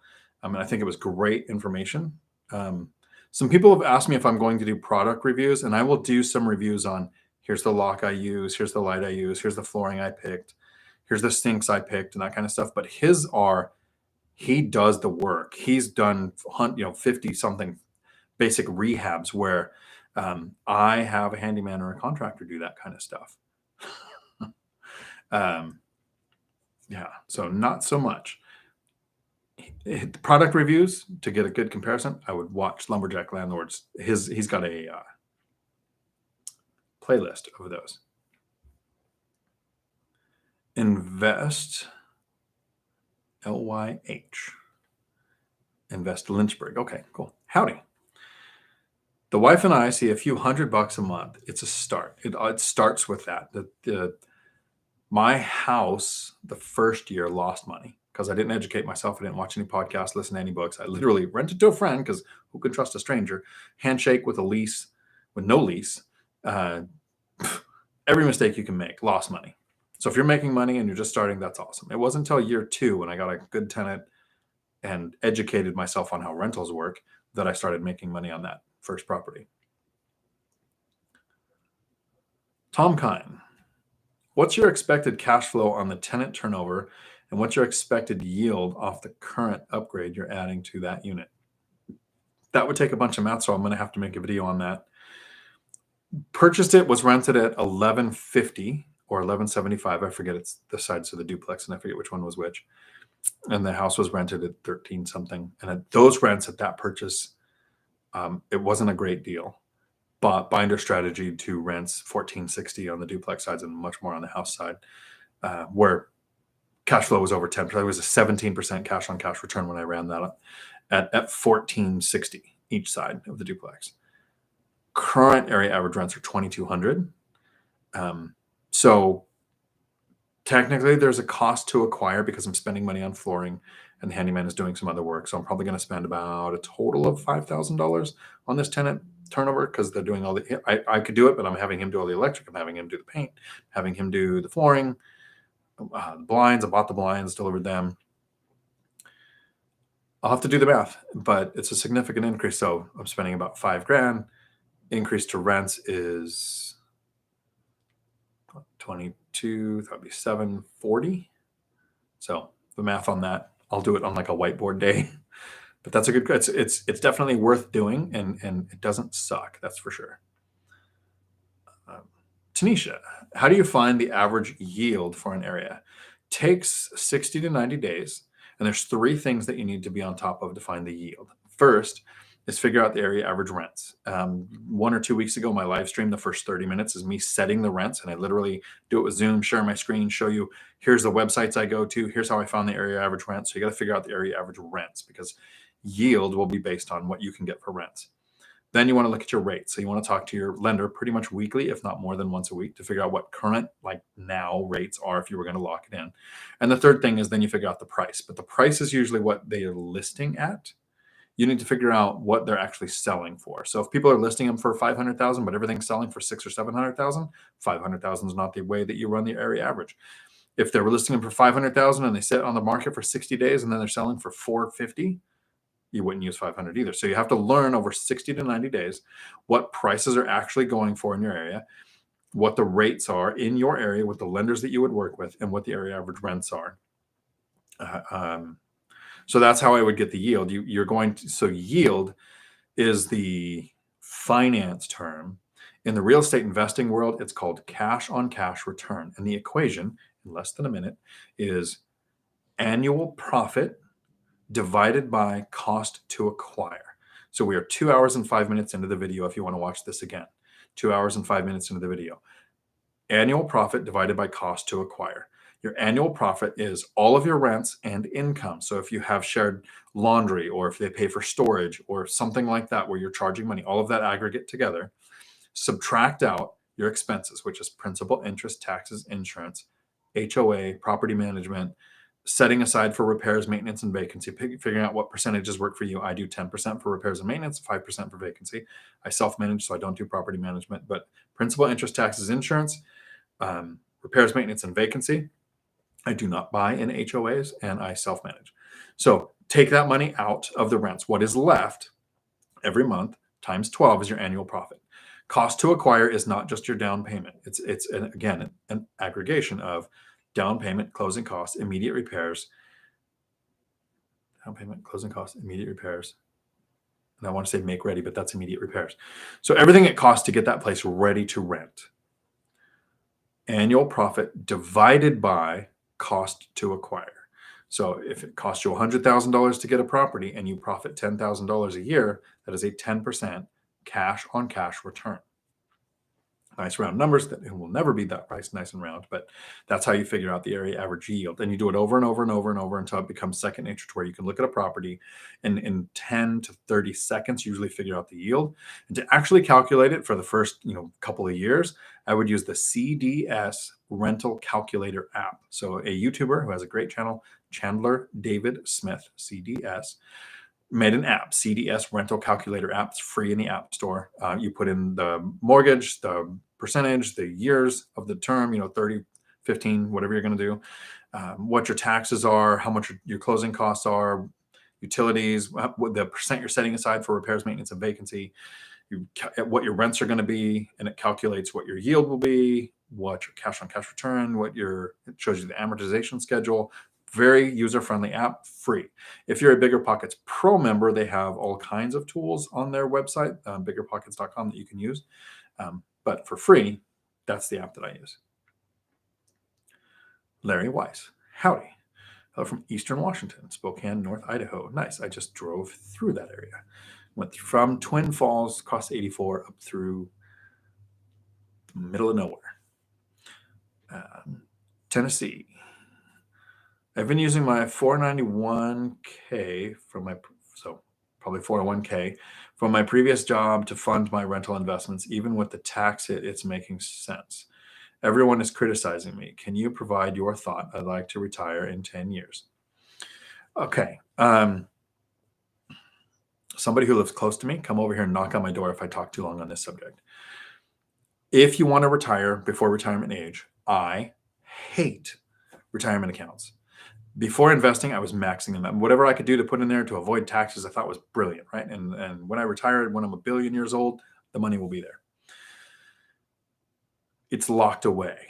It's not paying you. It's you're delaying retirement. You're making the people who manage the retirement accounts a ton of money. That's why they're advertised so much for companies. In a rental property,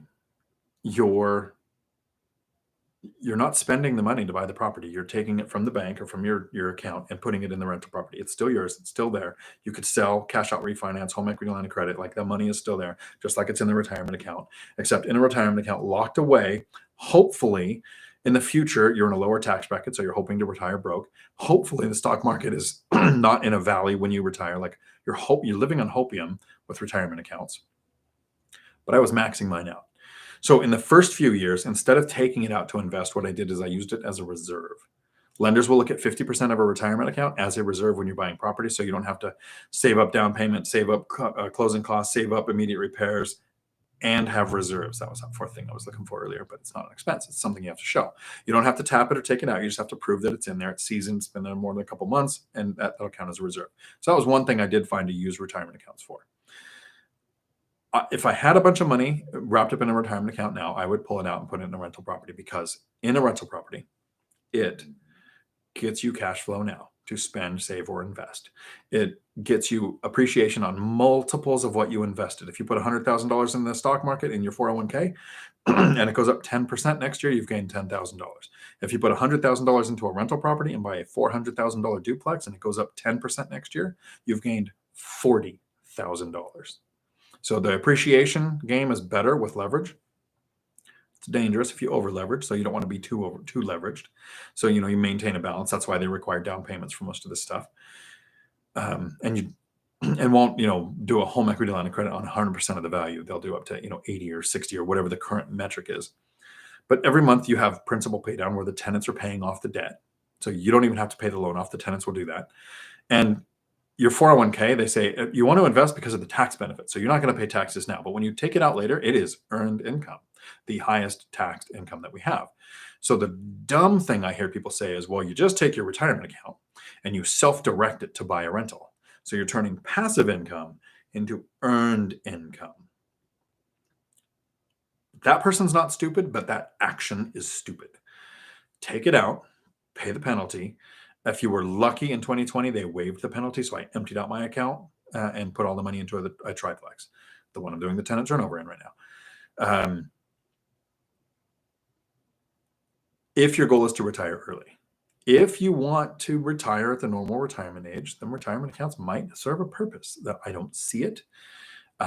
They are, in my opinion, a scam. We had to bribe people to come off the farms with pensions. We said, look, you're not going to grow old and have your kids take over the farm and take over for you. We're going to have you come and work in our factories. And if you work here more than 20 years and you're a certain age, because the age expectancy was 45, if you live till, like older than that, we'll pay you till you die. So it was a really safe bet. Well, people started living longer. Companies weren't making enough money. So we switched the fixed rate pension to the however much you invested pension, the 401k. Because the stock market makes a ton of money. The people who invest the money make a ton of money. The people investing in the 401k are getting often single-digit returns with a delay that is going to be taxed at the worst rate in the future. So if somebody has no investing strategy and isn't going to invest in real estate or stocks or grow a business, sure, have a retirement account. It's better than nothing. But if you've figured out renting, so if you've got one or two rentals and you've figured out how to run the numbers, how to find the property, how to screen a tenant, place a tenant, collect the rents, like you've got the business figured out, I would take the money out of a 401k and do that. If it's your first deal, I would not do that. I wouldn't put at risk a retirement account for something where most of us make our mistakes in the first or second deal. Once those first two are out and you've kind of got most of the mistakes out of the way, now it's a safer bet. You've got your system down. I would do it then. So that's my thoughts on retirement accounts. Nobody knocked on the door, so I don't think I talked about it too long.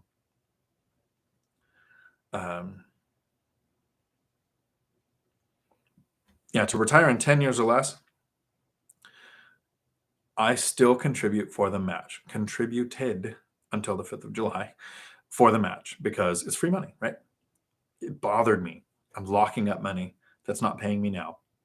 Not getting appreciation on multiples of what I would invest, not getting the loan paid off by somebody else, not getting the tax benefits, depreciation. So I talked about my numbers. Last year, I made $128,000 in profit. I carried forward an $8,900 loss. I didn't have to pay taxes on any of the rental. I paid a lot of taxes on W-2 income. But on rental income, I didn't pay a penny. I carried forward $8,900 loss till next year. So if I have a great year and I make too much money and I might have to pay some taxes, that 89 can also knock that down. And so anytime I say, look, I made this much money, but I carried forward a loss, somebody will say, well, how do you get your next mortgage if it looks like you have a loss? Which is a great question. It means you're thinking you want to grow. How do you get the next mortgage? Lenders aren't, well, some of them are, but okay.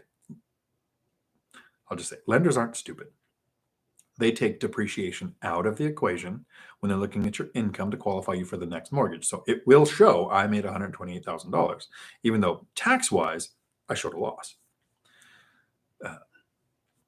So I have a live stream. Why retirement accounts suck.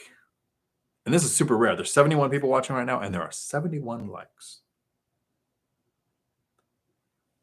That's cool. ADD kicked in, which I don't have, but such a cool. Meant to say we're okay. Thank you. Okay, Arthur. Howdy. Total amateur here. Perfect. That is who mostly I'm trying to reach is to say, this is a mountain of information to take in, and it makes you very nervous when you're starting. But total amateur here. Any advice on where to find deals? Every duplex on Zillow. So first, get off of Zillow and Redfin. They don't work. So perfect as an amateur. You're like, how does this thing work? They have dated information. They're not showing you actual current deals. Most of them will say pending because they sold 2 months ago. So Redfin and Zillow is not going to help you. Every duplex on Zillow, Redfin, and other aggregators don't cash flow. The numbers don't add up or have a paper thin margin. It's because right now most sales are being listed at wish price.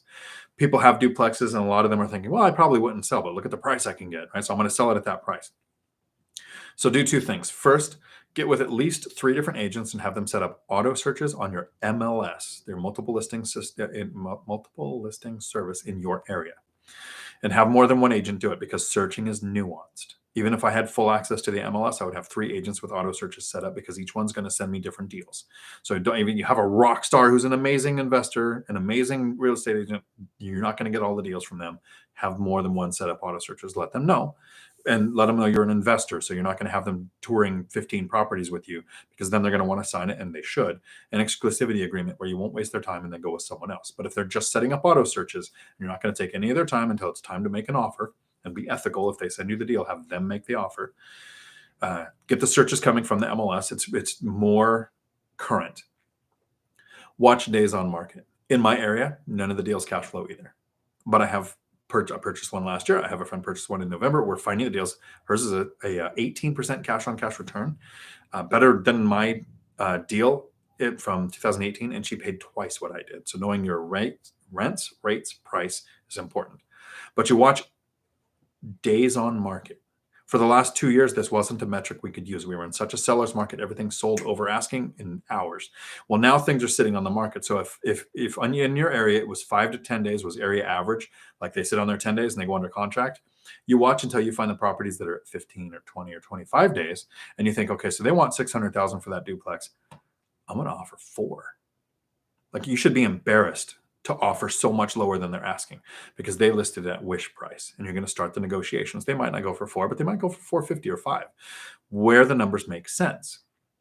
Know what your area average rents are. Watch that they've probably gone up. Don't look at Rentometer. Their rents are off.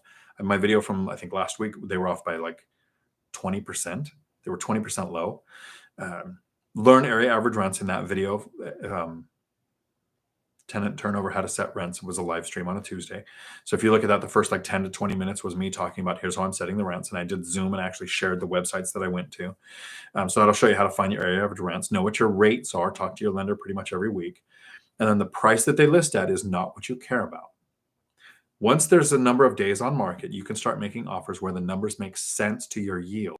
And this is the first time we're going to have this power. For the last 2 years, we had no idea if the person was a motivated seller, like they had to sell, or they were just selling because it was a great price, because it sold that fast, like it was just gone, right?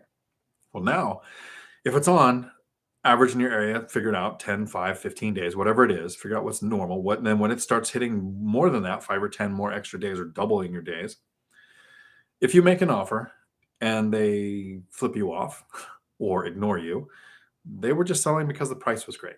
You move on. If you make an offer and they come back, accept it, that is a motivated seller. If they come back and they go, hey, we get it's a bit low, we want 6, you want 4, let's go for 50 or 5 or whatever. Now you're negotiating and you find somebody who needs to sell.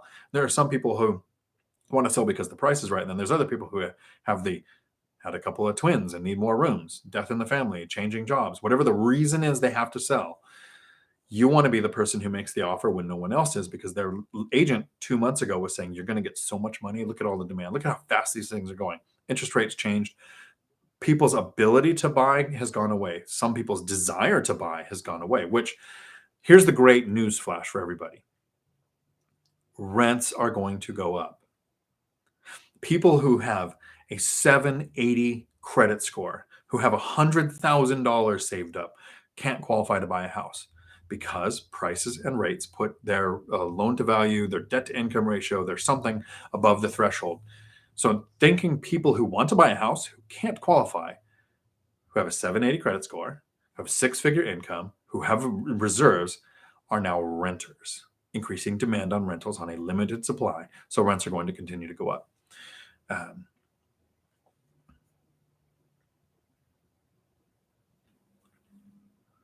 So they'll have paper thin margins or lose money. And then remember, so here's one other thing to touch on. That was a great question, Arthur. Thank you. What rents are you using? A lot of people will look at agents will tell you, you can't use the rents you think you're going to get or what they're going to be in the future. Yeah. And why am I sounding like it? Agents aren't that bad. The agents are going to say, you want to use the rents that they have, because agents have this thing called performa, which means made up bullcrap. They can say rents will be $2,000 a unit. Well, that means nothing.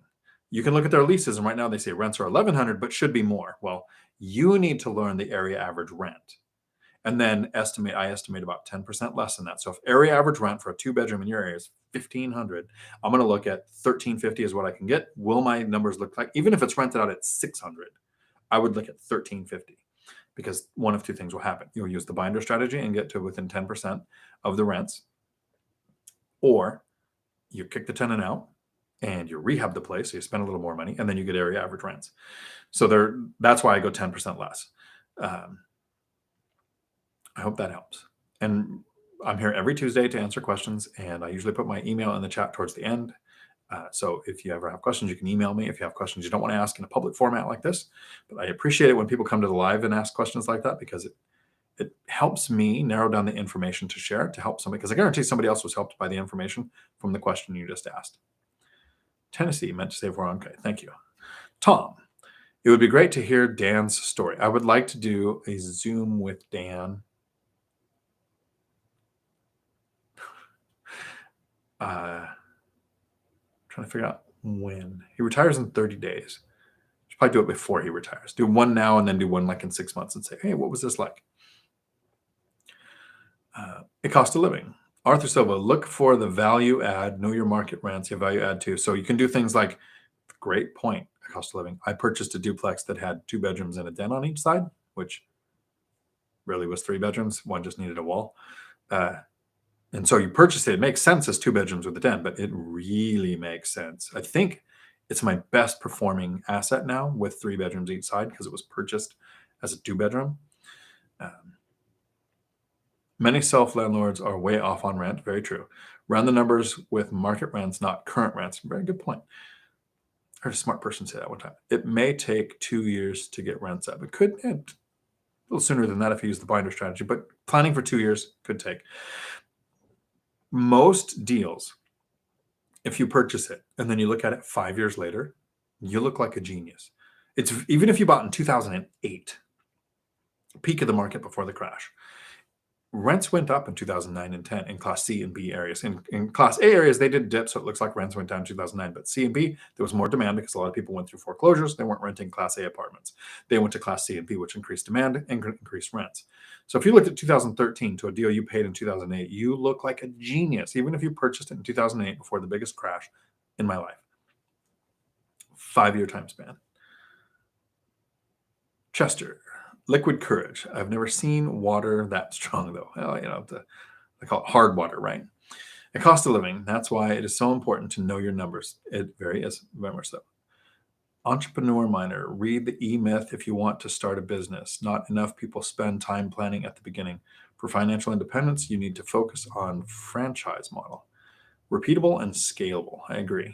Surf Marco. Dion, can you share more detail on timeline and what you did to get out of debt to profits? Yes, and I'm not good enough to pick this out and make another video, but so I'm going to be doing a live stream on this. I appreciate it if you watch them, because every time somebody watches a video, YouTube thinks somebody likes it, so they share it with more people. So if you see it here and then you see the thumbnail on the first 2 years, that's what the live stream is going to be. If this is your first time to my channel, you're going to hear some great information right now, and I'm trying to try not to depress myself. Made it to 40 without ever having $1,000 in the bank. Went through a divorce. Found out about $313,000 in bad debt in my name that I didn't know about until the divorce.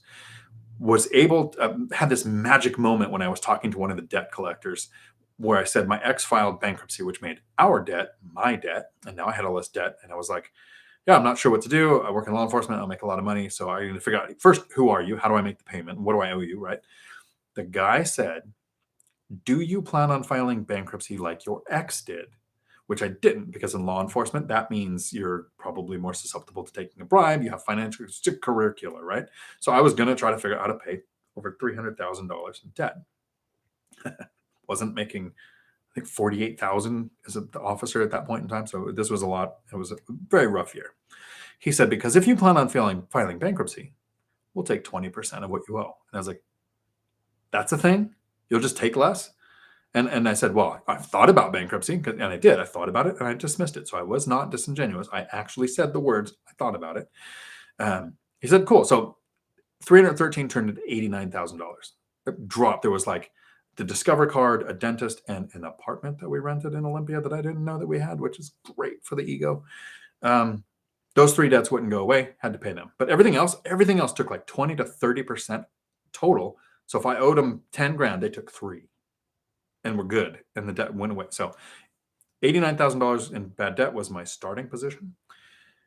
Single parent with 3 kids, got custody of the kids, kept the house, got laid off from a police department in 2008 because when there's a recession, we all know there's no more crime, so we don't need cops anymore.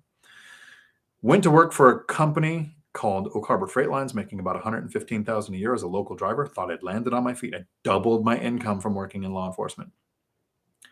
And that company went on strike. So I took a job temporary. I thought I'd be there 2 or 3 months, working at a truck driving school, waiting for the Oak Harbor Freight Line strike to end, which technically still hasn't. Making $17 an hour. So my starting position was $17 an hour, $89,000 in bad debt, single parent with 3 kids. I was awarded $214 a month in child support, which I didn't see any for 7 years. And then all of a sudden I started getting someone's tax returns and I was like, wow, that's real money. So it was not the best starting position. That's why the actual kind of like the motto for my channel, what do you call it? Mission statement is, I want to help the average individual realize that you can reach financial freedom in 10 years or less and make work completely optional, even if you're not starting from the best position, because I wasn't. I'm trying to think, I mean, a health concern is probably the only thing missing from my equation to make it worse. So I owned the house. I was underwater. I owed like $138,000. It even gets better. I bought the house for $98,000. It had appreciated. So I had to refinance it for $150,000 to take out the equity to give it to my ex because we bought the house together. So she owned half the equity. So she created the debt that I didn't know about, which I ended up having to pay back, and walked away with equity. I can't imagine why I'm single. It's so weird. What a weird random happenstance. Like I said, I'm going to try not to depress myself here. So that was the starting position. My brother had retired with 10 paid off rentals by using a home equity line of credit. So his house was paid off. So he took out the home equity line, bought a property, fixed it up, paid it off, rinsed and repeated. I was underwater. I owed $138,000. The 2008 crash had happened, so the house was worth like 90. I couldn't even sell or finance to walk away from it. Didn't have the debt to income ratio to buy a place. Couldn't buy a rental. Didn't have the equity to buy it. Didn't have the savings. Like it just, life was sucked. Some of the interest on the debt was above 6%. So those are the ones I focused on paying. So I was making some, my hands were like, don't talk about personal life. Get back to real estate. What are you doing? Trying to share to hope it helps. So $17 an hour is not a lot of money. So I worked a lot of overtime.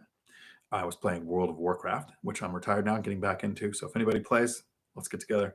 But I was selling things on eBay and farming sites from World War. So I was making $300 to $500 a month in cash flow from playing World of Warcraft. And I try to stay off this subject whenever I can because the whole voice just goes, stop talking. So I focused on any debt over 6%. So all of the extra money that wasn't spent on living was divided in half. Half went into savings I wanted to buy a rental, and half went to paying off the high interest debt and the minimum payments. So 2 years to save $20,000. I started making a little more at the truck driving school. I became the lead instructor, and then 3-year mark, I became the president, started making more money. But so it wasn't a lot in the beginning, but there was a lot of overtime, and there was the side hustle with World of Warcraft. Did I do any other side hustles back then? I didn't start the expert testimony yet.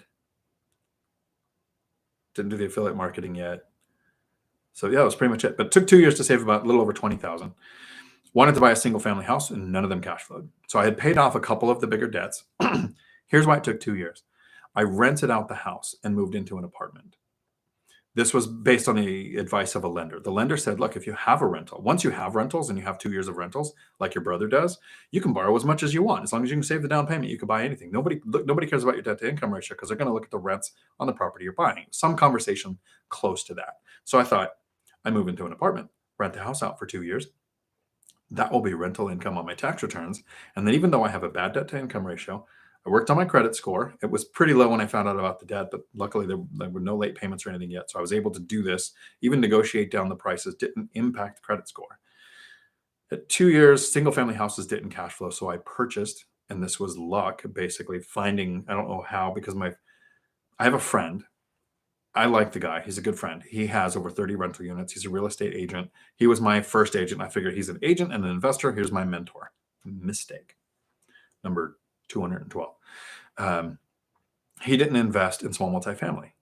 He had never used leverage. He saved up, bought cash, worked in his real estate office, best deals that walk in the door he picked up. So he had a genius system for himself that wouldn't work for me. My brother's system wouldn't work for me. My friend's system wouldn't work for me.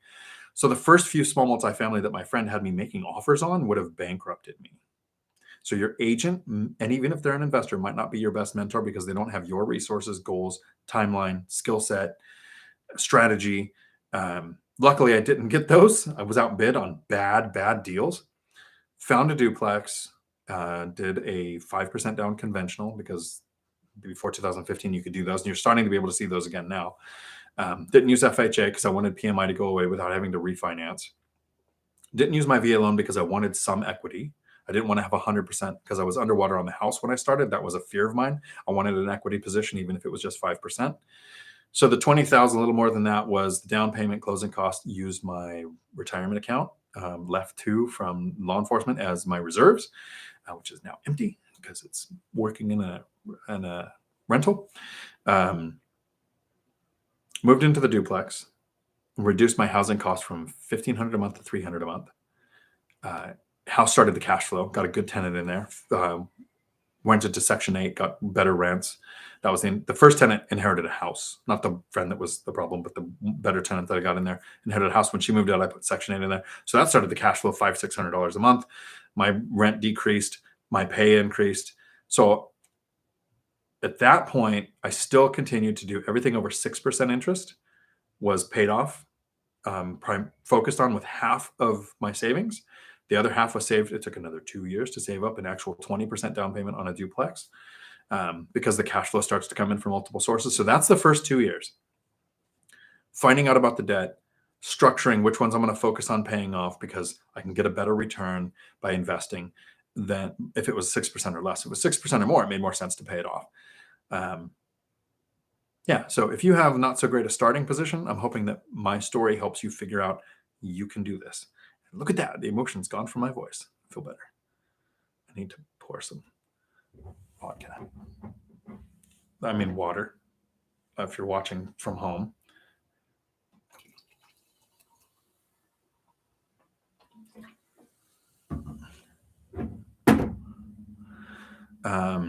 Like I said, Alien Vodka does not sponsor my channel, but they make the videos possible.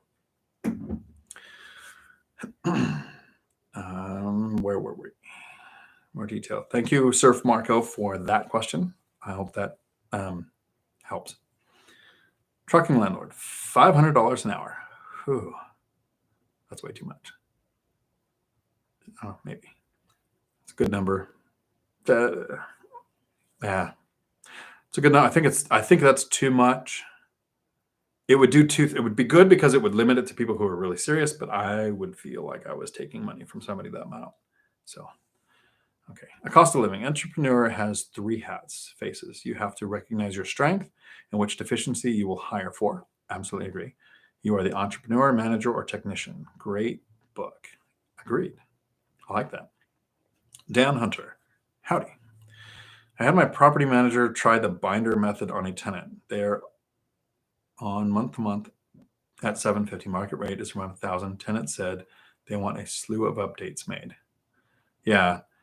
So before a rent increase is agreed upon, which new doors and flooring, wanted to get your perspective on it. They are inherited tenants but have paid rent on time. Another tenant, they tried it on similar numbers, said they were on fixed income and can't afford anymore. Okay, so I would not have your property manager do that conversation because they're asking the tenant, it sounds, what is your situation and what do you want? The binder strategy is here's area average rents if you want to rent somewhere else. I do not have to agree to renew our lease. What do you think is fair? If the things like the doors aren't working, if they're broken, that the tenant's deposit is going to pay for new doors anyway. So upgrade that, take it out of the deposit. If they're bent because the house settled, then it's landlord problem. So they want doors and flooring. So how long does carpet last? It might be time to redo flooring. I think in some places, if it's over like 6 years, the tenant's not responsible for it. If it's in the first few years, they are. Um, if you're going to have to do a rehab like flooring, I would probably be doing a tenant turnover anyways and just not renewing the lease. One of the list of reasons why I don't use property management is I have pretty decent people skills, and when I do the binder method, the tenants are happy to request the increase because they understand the best thing for me would be for them to move out.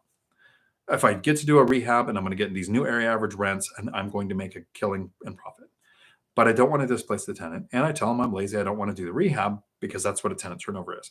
Ask them what they think is fair. If they're 750 and the area average is 1,000, and you provided examples, not just we think the area is 1,000. I literally the binder is here's an image of the rentals that you would have access to that have the same number of units. What do you think is fair? It sounds like the disconnect there is that your property management isn't negotiating very well. Most property managers just set the rent, don't care about tenant turnover. So at least you're getting feedback. So it's not that it's a bad property manager. It's just it's a method that's more effective if the person doing the communication has people skills. And that is not a requirement to be a property manager because you have here's the law, here's the agreement, here's the lease. No people skills needed because tenant turnover benefits the property manager. They have no motivation to help keep your tenant. They have the little motivation to get a little extra percentage if your rent goes up, great. But if that tenant moves out because they didn't negotiate very well, then they're going to get a full month or half month's rent from the next tenant, which is a part of their profit model. So where's their motivation to do the binder strategy well? So, yeah, not sure I would help that other than do tenant turnover in that case. So I've never had a tenant say something like, I'm on fixed term employment, I can afford more. Great. So here's what Section 8 here's the Section 8 process to get on. Here's what area average is. Here's what they'll pay. If you're on fixed income and the rents are more than you can afford, then maybe you qualify. If not, don't renew. And then that person has to move out of the area because area average rents are above what they can afford. Your expenses don't determine area average rents, right? Hopefully you guys have heard me say that. Because if your expenses set area average rents, then a paid off property and a property with a mortgage would rent very differently. Because if this one's paid off and you don't have a mortgage payment, the tenant should only be paying you like $500 a month because then you'll profit. But if you have $1,000 mortgage, you better be making $1,500 a month, right? Those are bad numbers. Don't use those. This is just an example. So that's not how it works. Area average rents set rents. You guys have heard me say that before, hopefully. Your tenant's income doesn't set rents. Area average rents set rents. So if your expenses go up and area average rents are low, you're going to lose money. You can't just jack up the rent because your tenant will leave and now your rent's too high. You won't rent it out. Like that's logic. We can process that. If your tenant doesn't make enough, then they need to leave because area average rents set rents. And I guarantee that's when somebody will go, oh, well, I'm going to have my cousin move in and now we are going to have roommates and we can afford the rent here.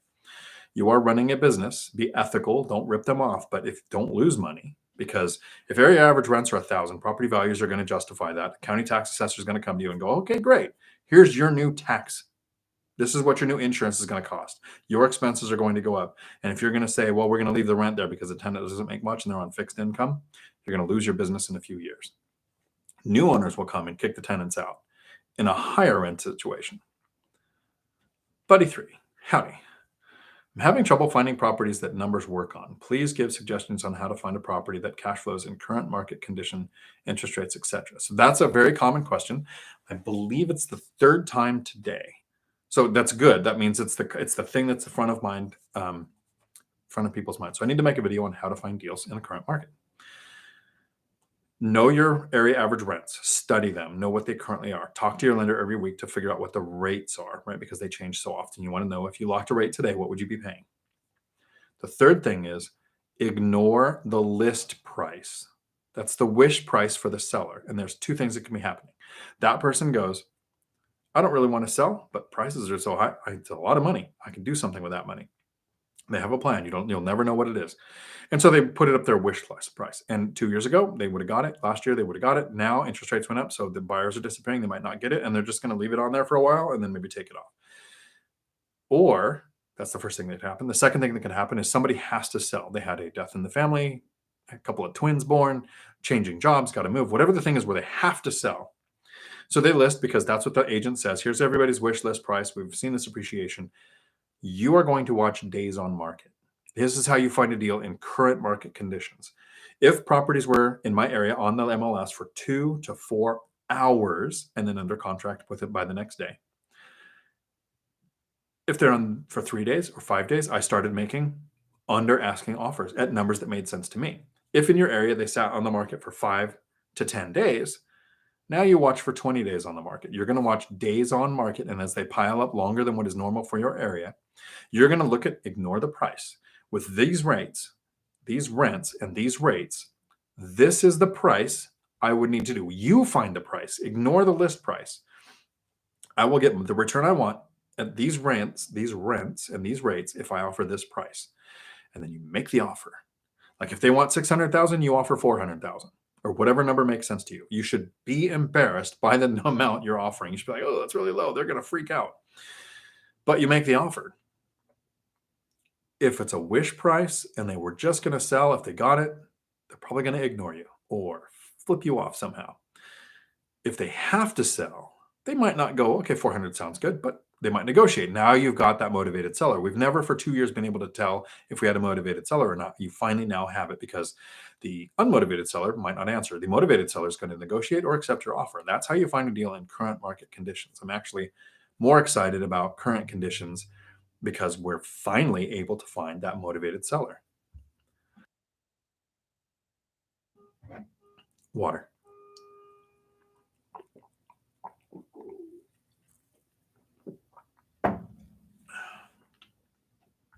Oh, water makes your eyes water.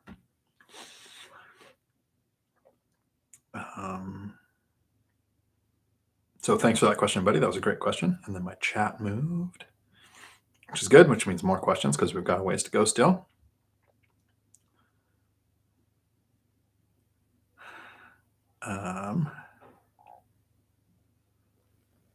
Where did we go?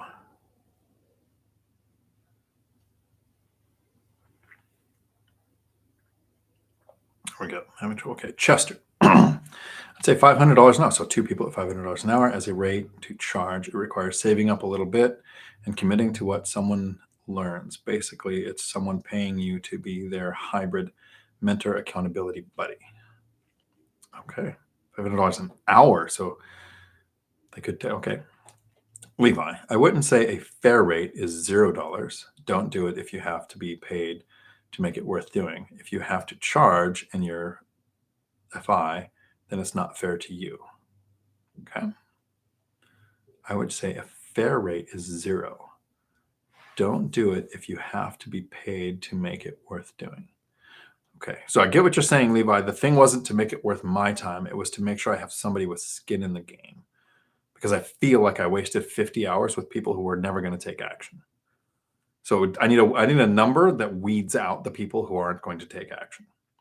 And then Buddy 3 took back a message to make me lose sleep and wonder forever what he said. Tom, I think take your videos that receive the most questions, put them together, and just make a course for people. Then after that, if they have questions, charge them right. I think that's kind of the path that Michael Zuber from One Rental at a Time had where, I mean, he has 7,000 plus videos on his channel. I'm coming up on hundreds, right? But there are a core 10 to 30 videos that in a structured format in this chronology would be exactly how I would take somebody from 0 rentals to financial freedom in this order.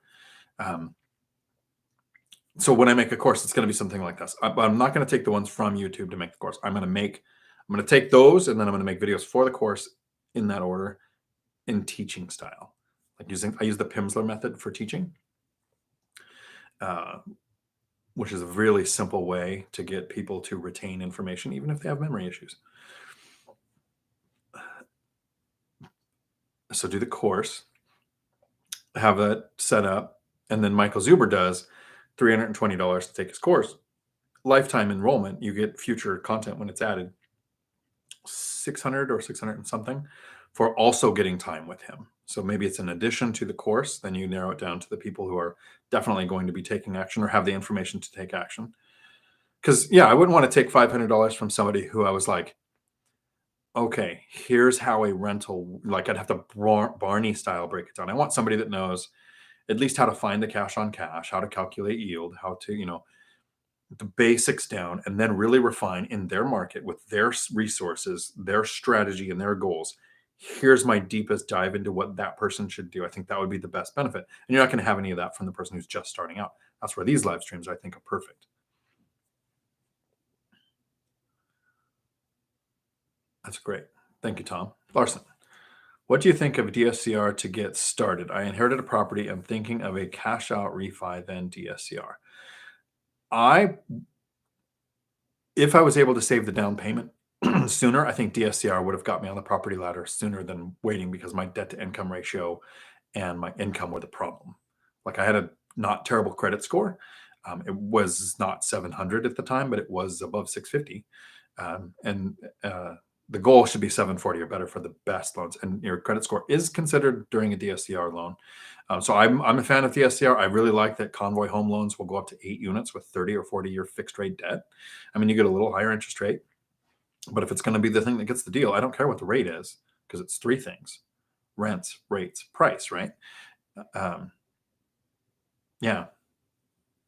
So cash out refi is the asset you're going to acquire. So the question isn't always, do I sell and put the money to work? Do I cash out refi and put the money to work? Do I take out a home equity line of credit and put the money to work, right? Am I going to tap this equity? And in whatever form you choose, right? The first question is always, do I have an actual deal to deploy this funds in that's going to justify the debt on the new deal and the debt on the old deal?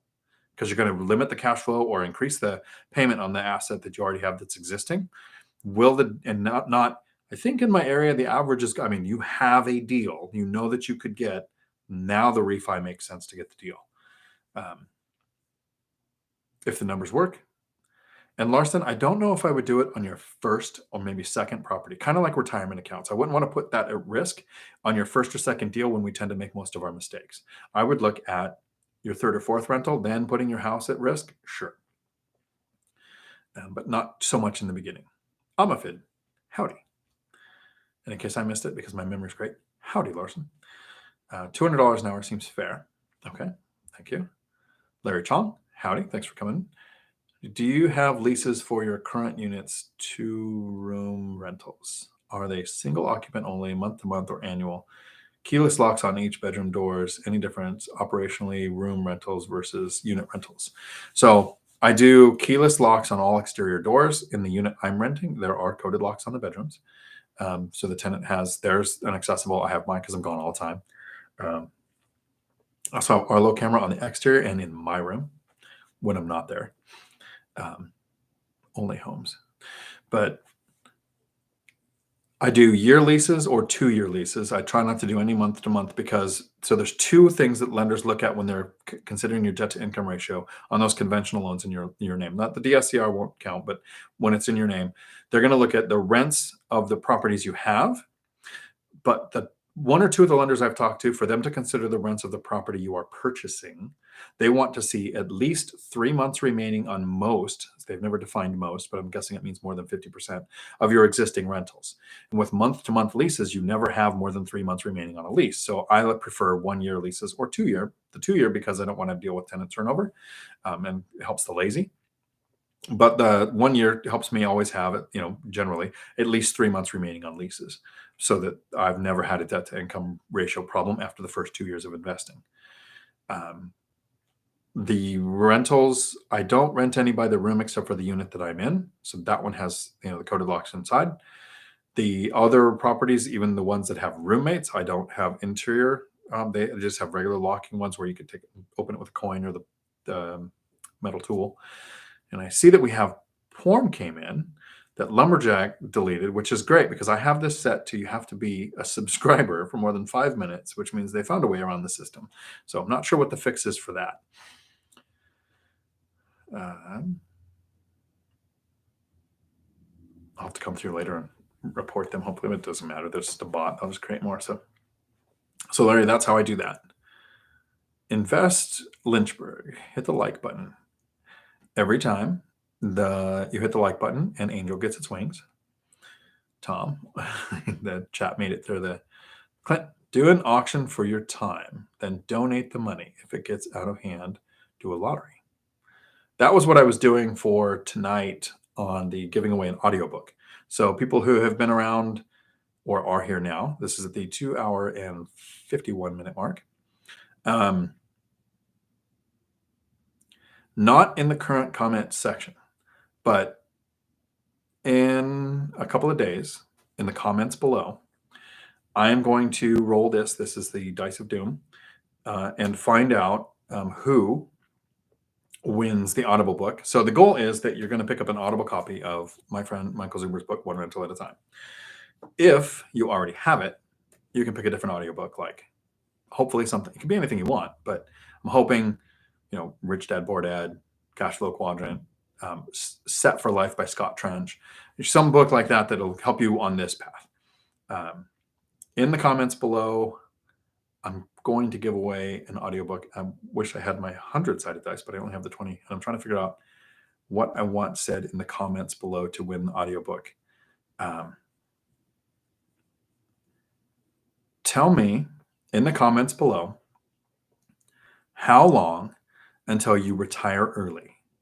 So if you're going to retire early, 45-6-14, by January 6, 2023, Matt, you would say 6 months, 5 months. In the comments below, put that. If you retired early 2 years ago, you would say negative 24 months. So I will use this dice and roll it in the order that those comments come in to figure out who wins the audiobook, which means next week, you hopefully will check out the first few minutes of the video, because I will announce next Tuesday the winner of the audiobook.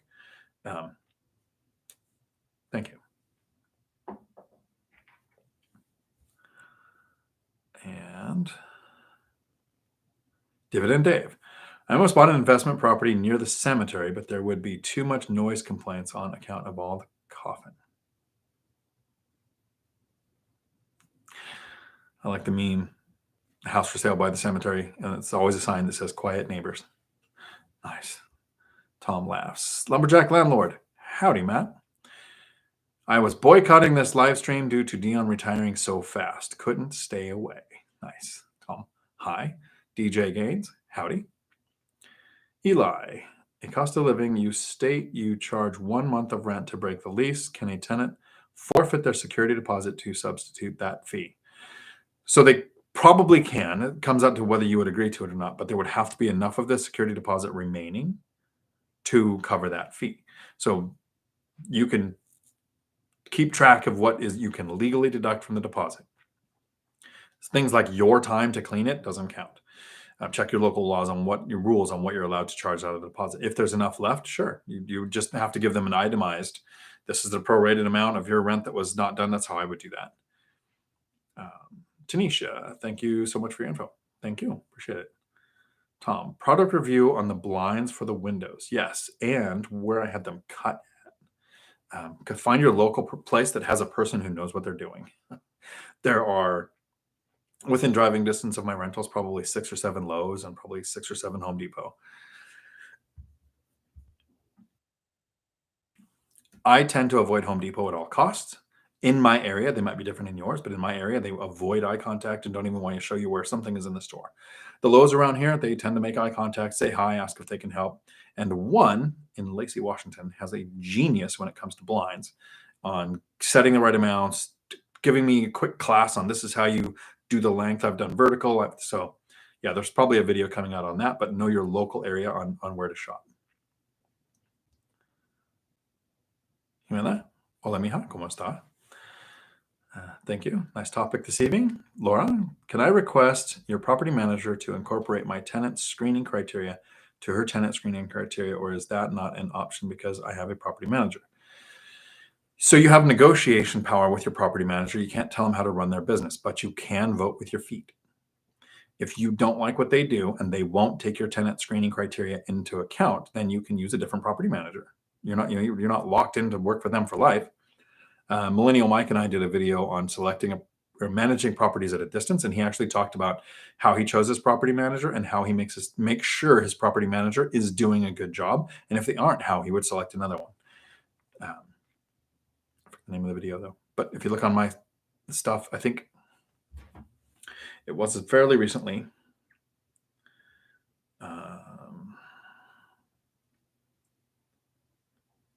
It's literally called How to Choose a Property Manager. Property management out of state.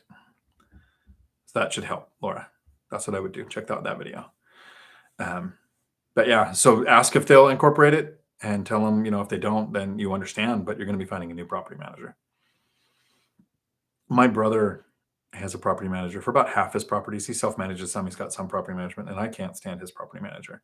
I'm not going to say the name of the company, and I'm not going to call him out like I would my friend Adam if it was him. But I can't stand the way they've treated his rentals. So I would never use that property manager. Tanisha, how many days do you let pass by for sitting on the market before you go in for the kill? So in my area, so it's area specific, figure out what seems to be normal. In my area, it was 2 to 4 hours until this last couple of months. Now it's 5 days. They're mostly under contract. If something has doubled that, so 10 days or more in my area, I think Zuber was at 15 and now he's at 30. He's only actually looking at anything that's on the market 30 days or longer. So I have mindset for 10 days or longer, but I don't change my criteria to only see properties 10 days or longer. I have it to show everything that hits all my other criteria of my buy box. And then mentally, I watch days on market to know what is coming up on 10 days to know when I'm going to be making that offer. Yep. So longer than what is normal for your area. Damonator. Howdy. I wonder if that is the Damon that I saw today. Thank you for keeping your videos fun and down to earth. Thank you. I'd like to think charging anything at all would help keep people from wasting your time, but I wouldn't go less than $100 per session. I think it's the same thing, and it's kind of so it doesn't waste either side's time.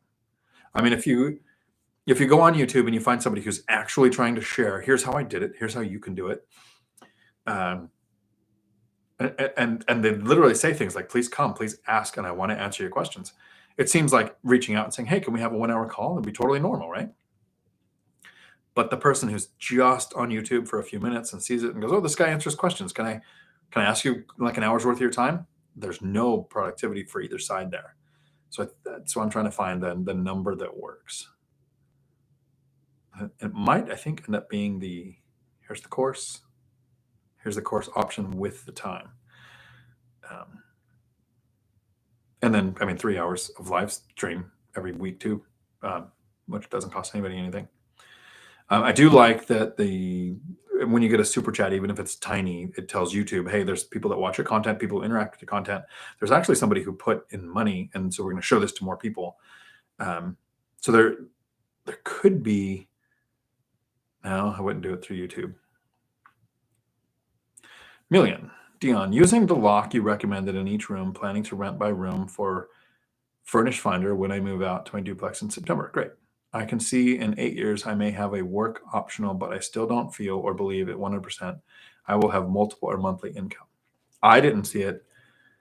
So financial independence happened in 2018, and I don't think I thought it until 2020, and I don't think I really believed it until the day I said I'm quitting. Like the week before, mentally, I have years to go.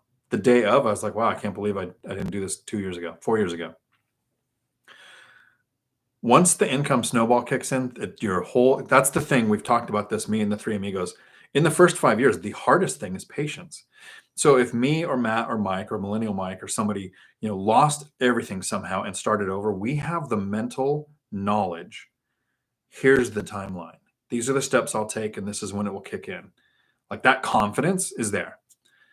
The people who are just starting and are just watching our content, they know that we did it, and they know that our timeline was at a couple of years off or whatever.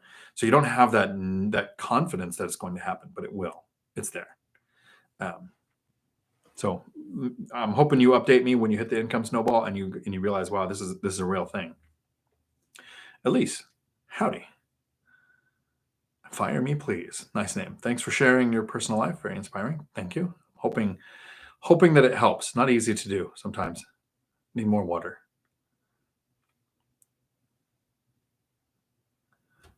Thank you for that. A cost of living.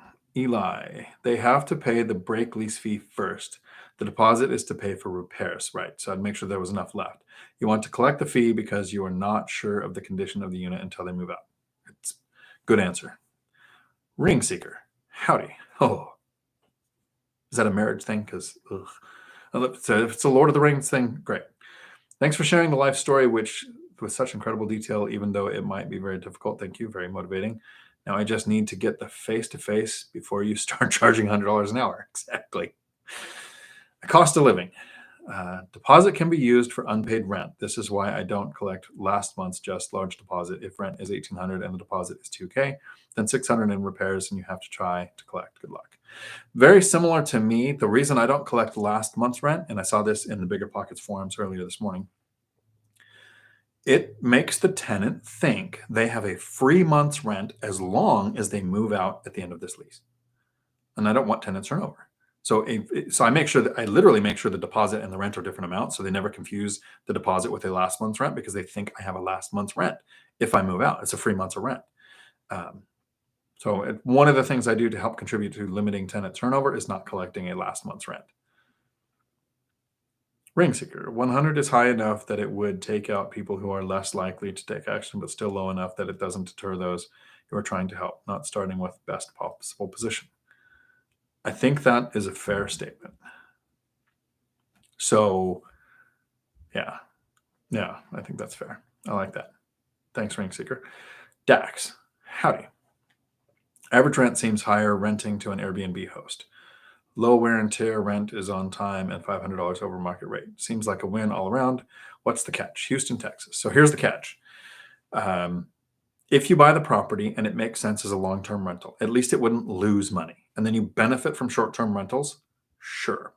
A couple of things can happen. Your area can become saturated with short-term rentals, and then not only the demand, but the price people would pay would come down.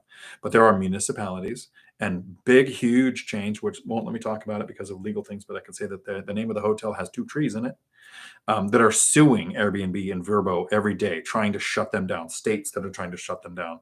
The Seattle, areas trying to close down short-term rentals because it takes away properties that could become long-term rentals in an area where they are needed. What happens if HOA, municipality, state, demand take away short-term rentals in your area? You won't be able to sell it because property values there would not meet Airbnb or Vrbo demand, right? So you might even be underwater on your mortgage, and you don't want to lose rent. You don't want to lose money if you had to put a long-term tenant in there. So I would say go for it if it makes sense long-term, and then benefit short-term while you can. But make sure it makes sense if you lose short-term, because short-term does make more money, but takes more management. So if you're going to put a property manager in place of a long-term, they're going to get 6 to 10%, and then up fees for maintenance. If you're going to do short-term, it's like 35%. So they take a larger chunk. You're still making more than you would on the rents if you did the long-term. But if you're self-managing, I mean, the tenant turnover, the issues, the furnishing it, and I think it was Matt, the lumberjack landlord, who said, I don't want to have a rental where the guy who saves up all year, or the family who saves up all year to take their one vacation, might have a bad experience because of whatever's going on in my rental, and their Yelp review ruins their rental but can ruin your demand for your property. Whereas get a property that makes sense long-term, put a long-term tenant with a lease in there, gain the appreciation and principal pay down every month and the cash flow, fire and forget. That's the method that works best for me. I've thought if these certain units go empty, I might try Airbnb or Vrbo, but more it was to do YouTube videos on how the experience was. Then I'm actually looking to create a job, which that scheduling and maintenance without hiring that property manager would be another job. So it's a win all around, but can be taken away. Leo, I keep watching you because of your honesty. I appreciate that. Here's the great thing. If you have memory issues, you have to be honest. You can never say something that's not true, because next week or 6 months from now, you say it different. And then someone watches this video 6 months from now, where to that person, they're 2 seconds apart. But to me, it's 6 months apart. I have to just be transparent and hope I don't get sued. Like, here's my numbers. Here's what I paid. Here's where I screwed up. Here's where the win is. I hope it helps. So Keith, howdy. Be brave when others have fear. Do the work. Work is not dirty. Work is not a dirty 4-letter word. It isn't for 10 years. For the rest of my life, it's a dirty word. I need to get more comfortable chairs because the 3 hour mark starts to say, you're tired of sitting.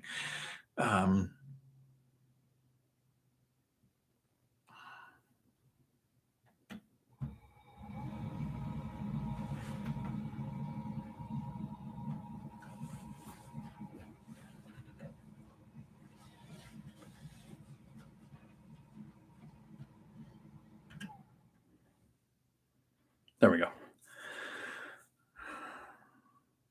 Is the desk wobbly or did I drink too much water?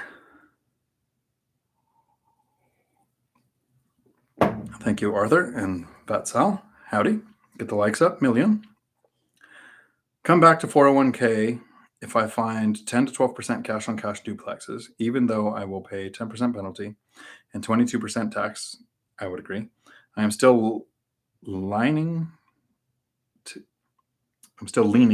to withdraw once I find a new property. Until then, I will leave it there. Same thing with the equity in a house. Don't touch it. Don't take it out until you have the deal. Once you have the deal and you know that it's there, I'm a fan of that.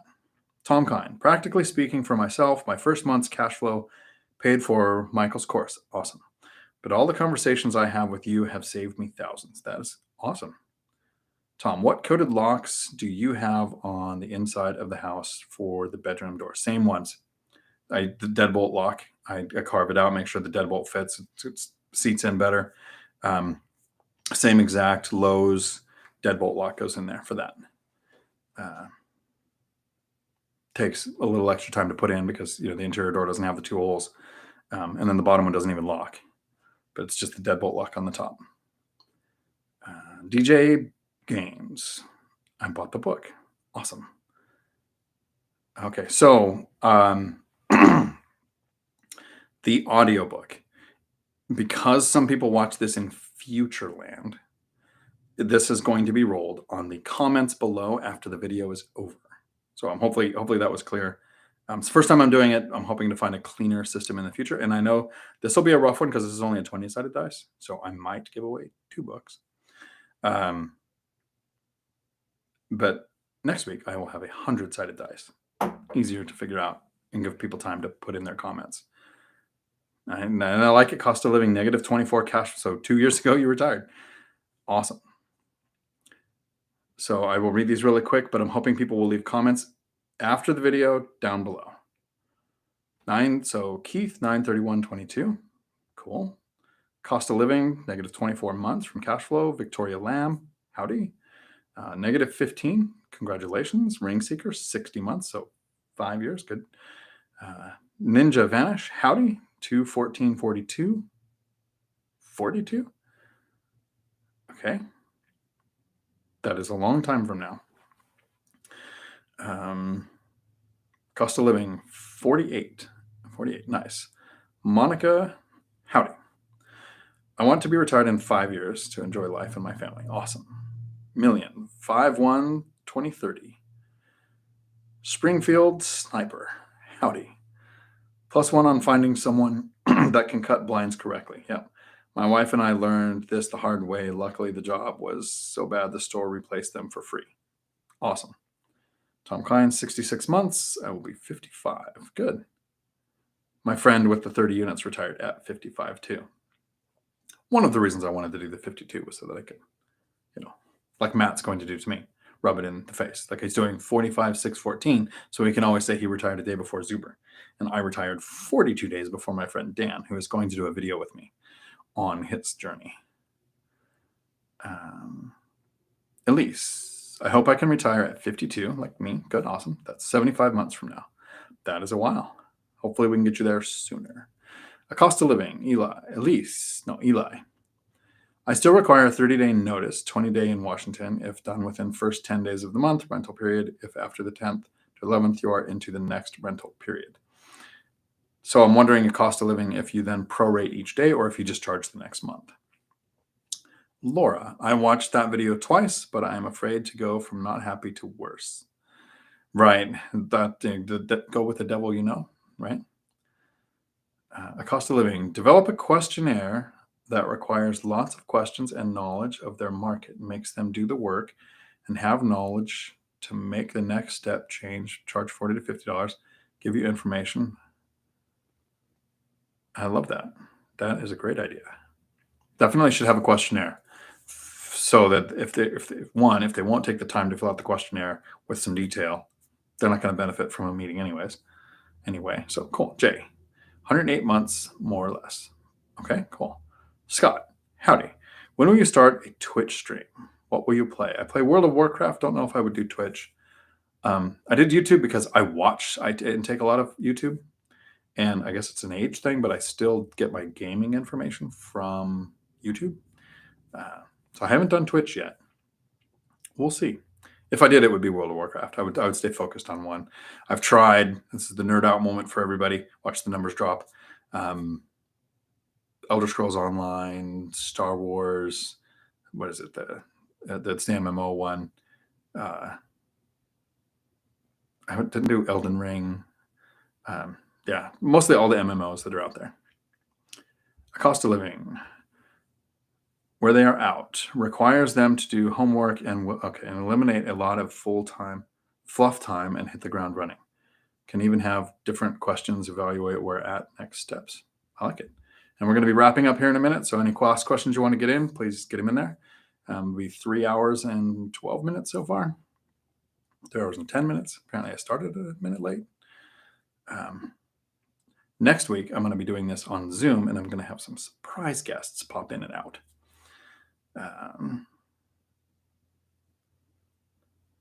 Jay Hayes, cheers. Your voice might need a little fortification. Yes, we all need to drink water. And then Tom Kine took back a message one last time to make me lose some sleep. Cost of living, $100 for an hour. Discussion, $50 for a group of 5 for 1.5 hours. I like that. Ring Seeker, Lord of the Rings reference with the charge for 1-to-1. Sounds like you are fishing for the motivated listener. I am actually looking for the motivated listener, the person who's going to benefit from it. Tom Kine, we are past the 3-hour mark. You probably need a Red Bull in vodka. Exactly. Larry, how about I charge $500 and refundable within 12 months? If they prove by an investment property, single family with 4 units, any ambiguity, you are sole judge and jury. However, this requires you to be bookkeeping. That's interesting. Here's the charge, but if you take action, you get the money back. Okay, I'll think about that. Julie, howdy. Thanks for stopping by. What are your plans for the rest of the year, and will interest rates dip? I still have a dollar bet going with the Lumberjack Landlord and Zuber on, I think rates will dip by the end of the year. I think I mistimed it. I think they will dip, but probably not until later. Because my assessment as an absolutely uneducated investor when it comes to these kind of things, because I just buy a rental and then cash flow made work optional. Like kindergarten simple for the lazy person. Which is no insult. That's who I'm trying to find to talk to give the information to. There are super smart people like Mike and Matt that get these things. But my assessment was, inflation is usually caused by low interest rates. Companies grow too fast. But inflation this time wasn't caused by low interest rates. It was caused by helicopter money, stimulus, extended unemployment, extra unemployment, people having to be bribed back into the workplace, supply chain issues causing things to cost more, people being able to gouge, basically. So they're going to raise rates to try to curb inflation. They're going to raise rates and raise rates and raise rates, and inflation is going to continue. We're going to hit a recession. We're going to hit layoffs. We're going to hit all these problems, and the Fed is going to go, hey, that's worse than inflation, so we're going to lower the rates. I projected they would do it by the end of the year, and I bet each of them $1. I'm probably going to lose. So I look forward to seeing my little dollar hanging behind Matt's head in all the videos. But I think that will happen now over a longer timeline, and then rates will dip.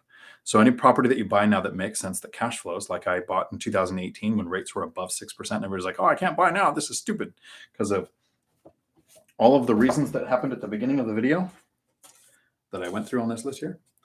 One of them was in 2018, interest rates went above 5%, so everybody was calling for a crash. The crash was going to happen. There was no way. And then in 2020, when rates dipped, refinance. So good deals became amazing deals. I think that will happen going forward. Excuse me. The water makes you burp. It's really weird. Tom,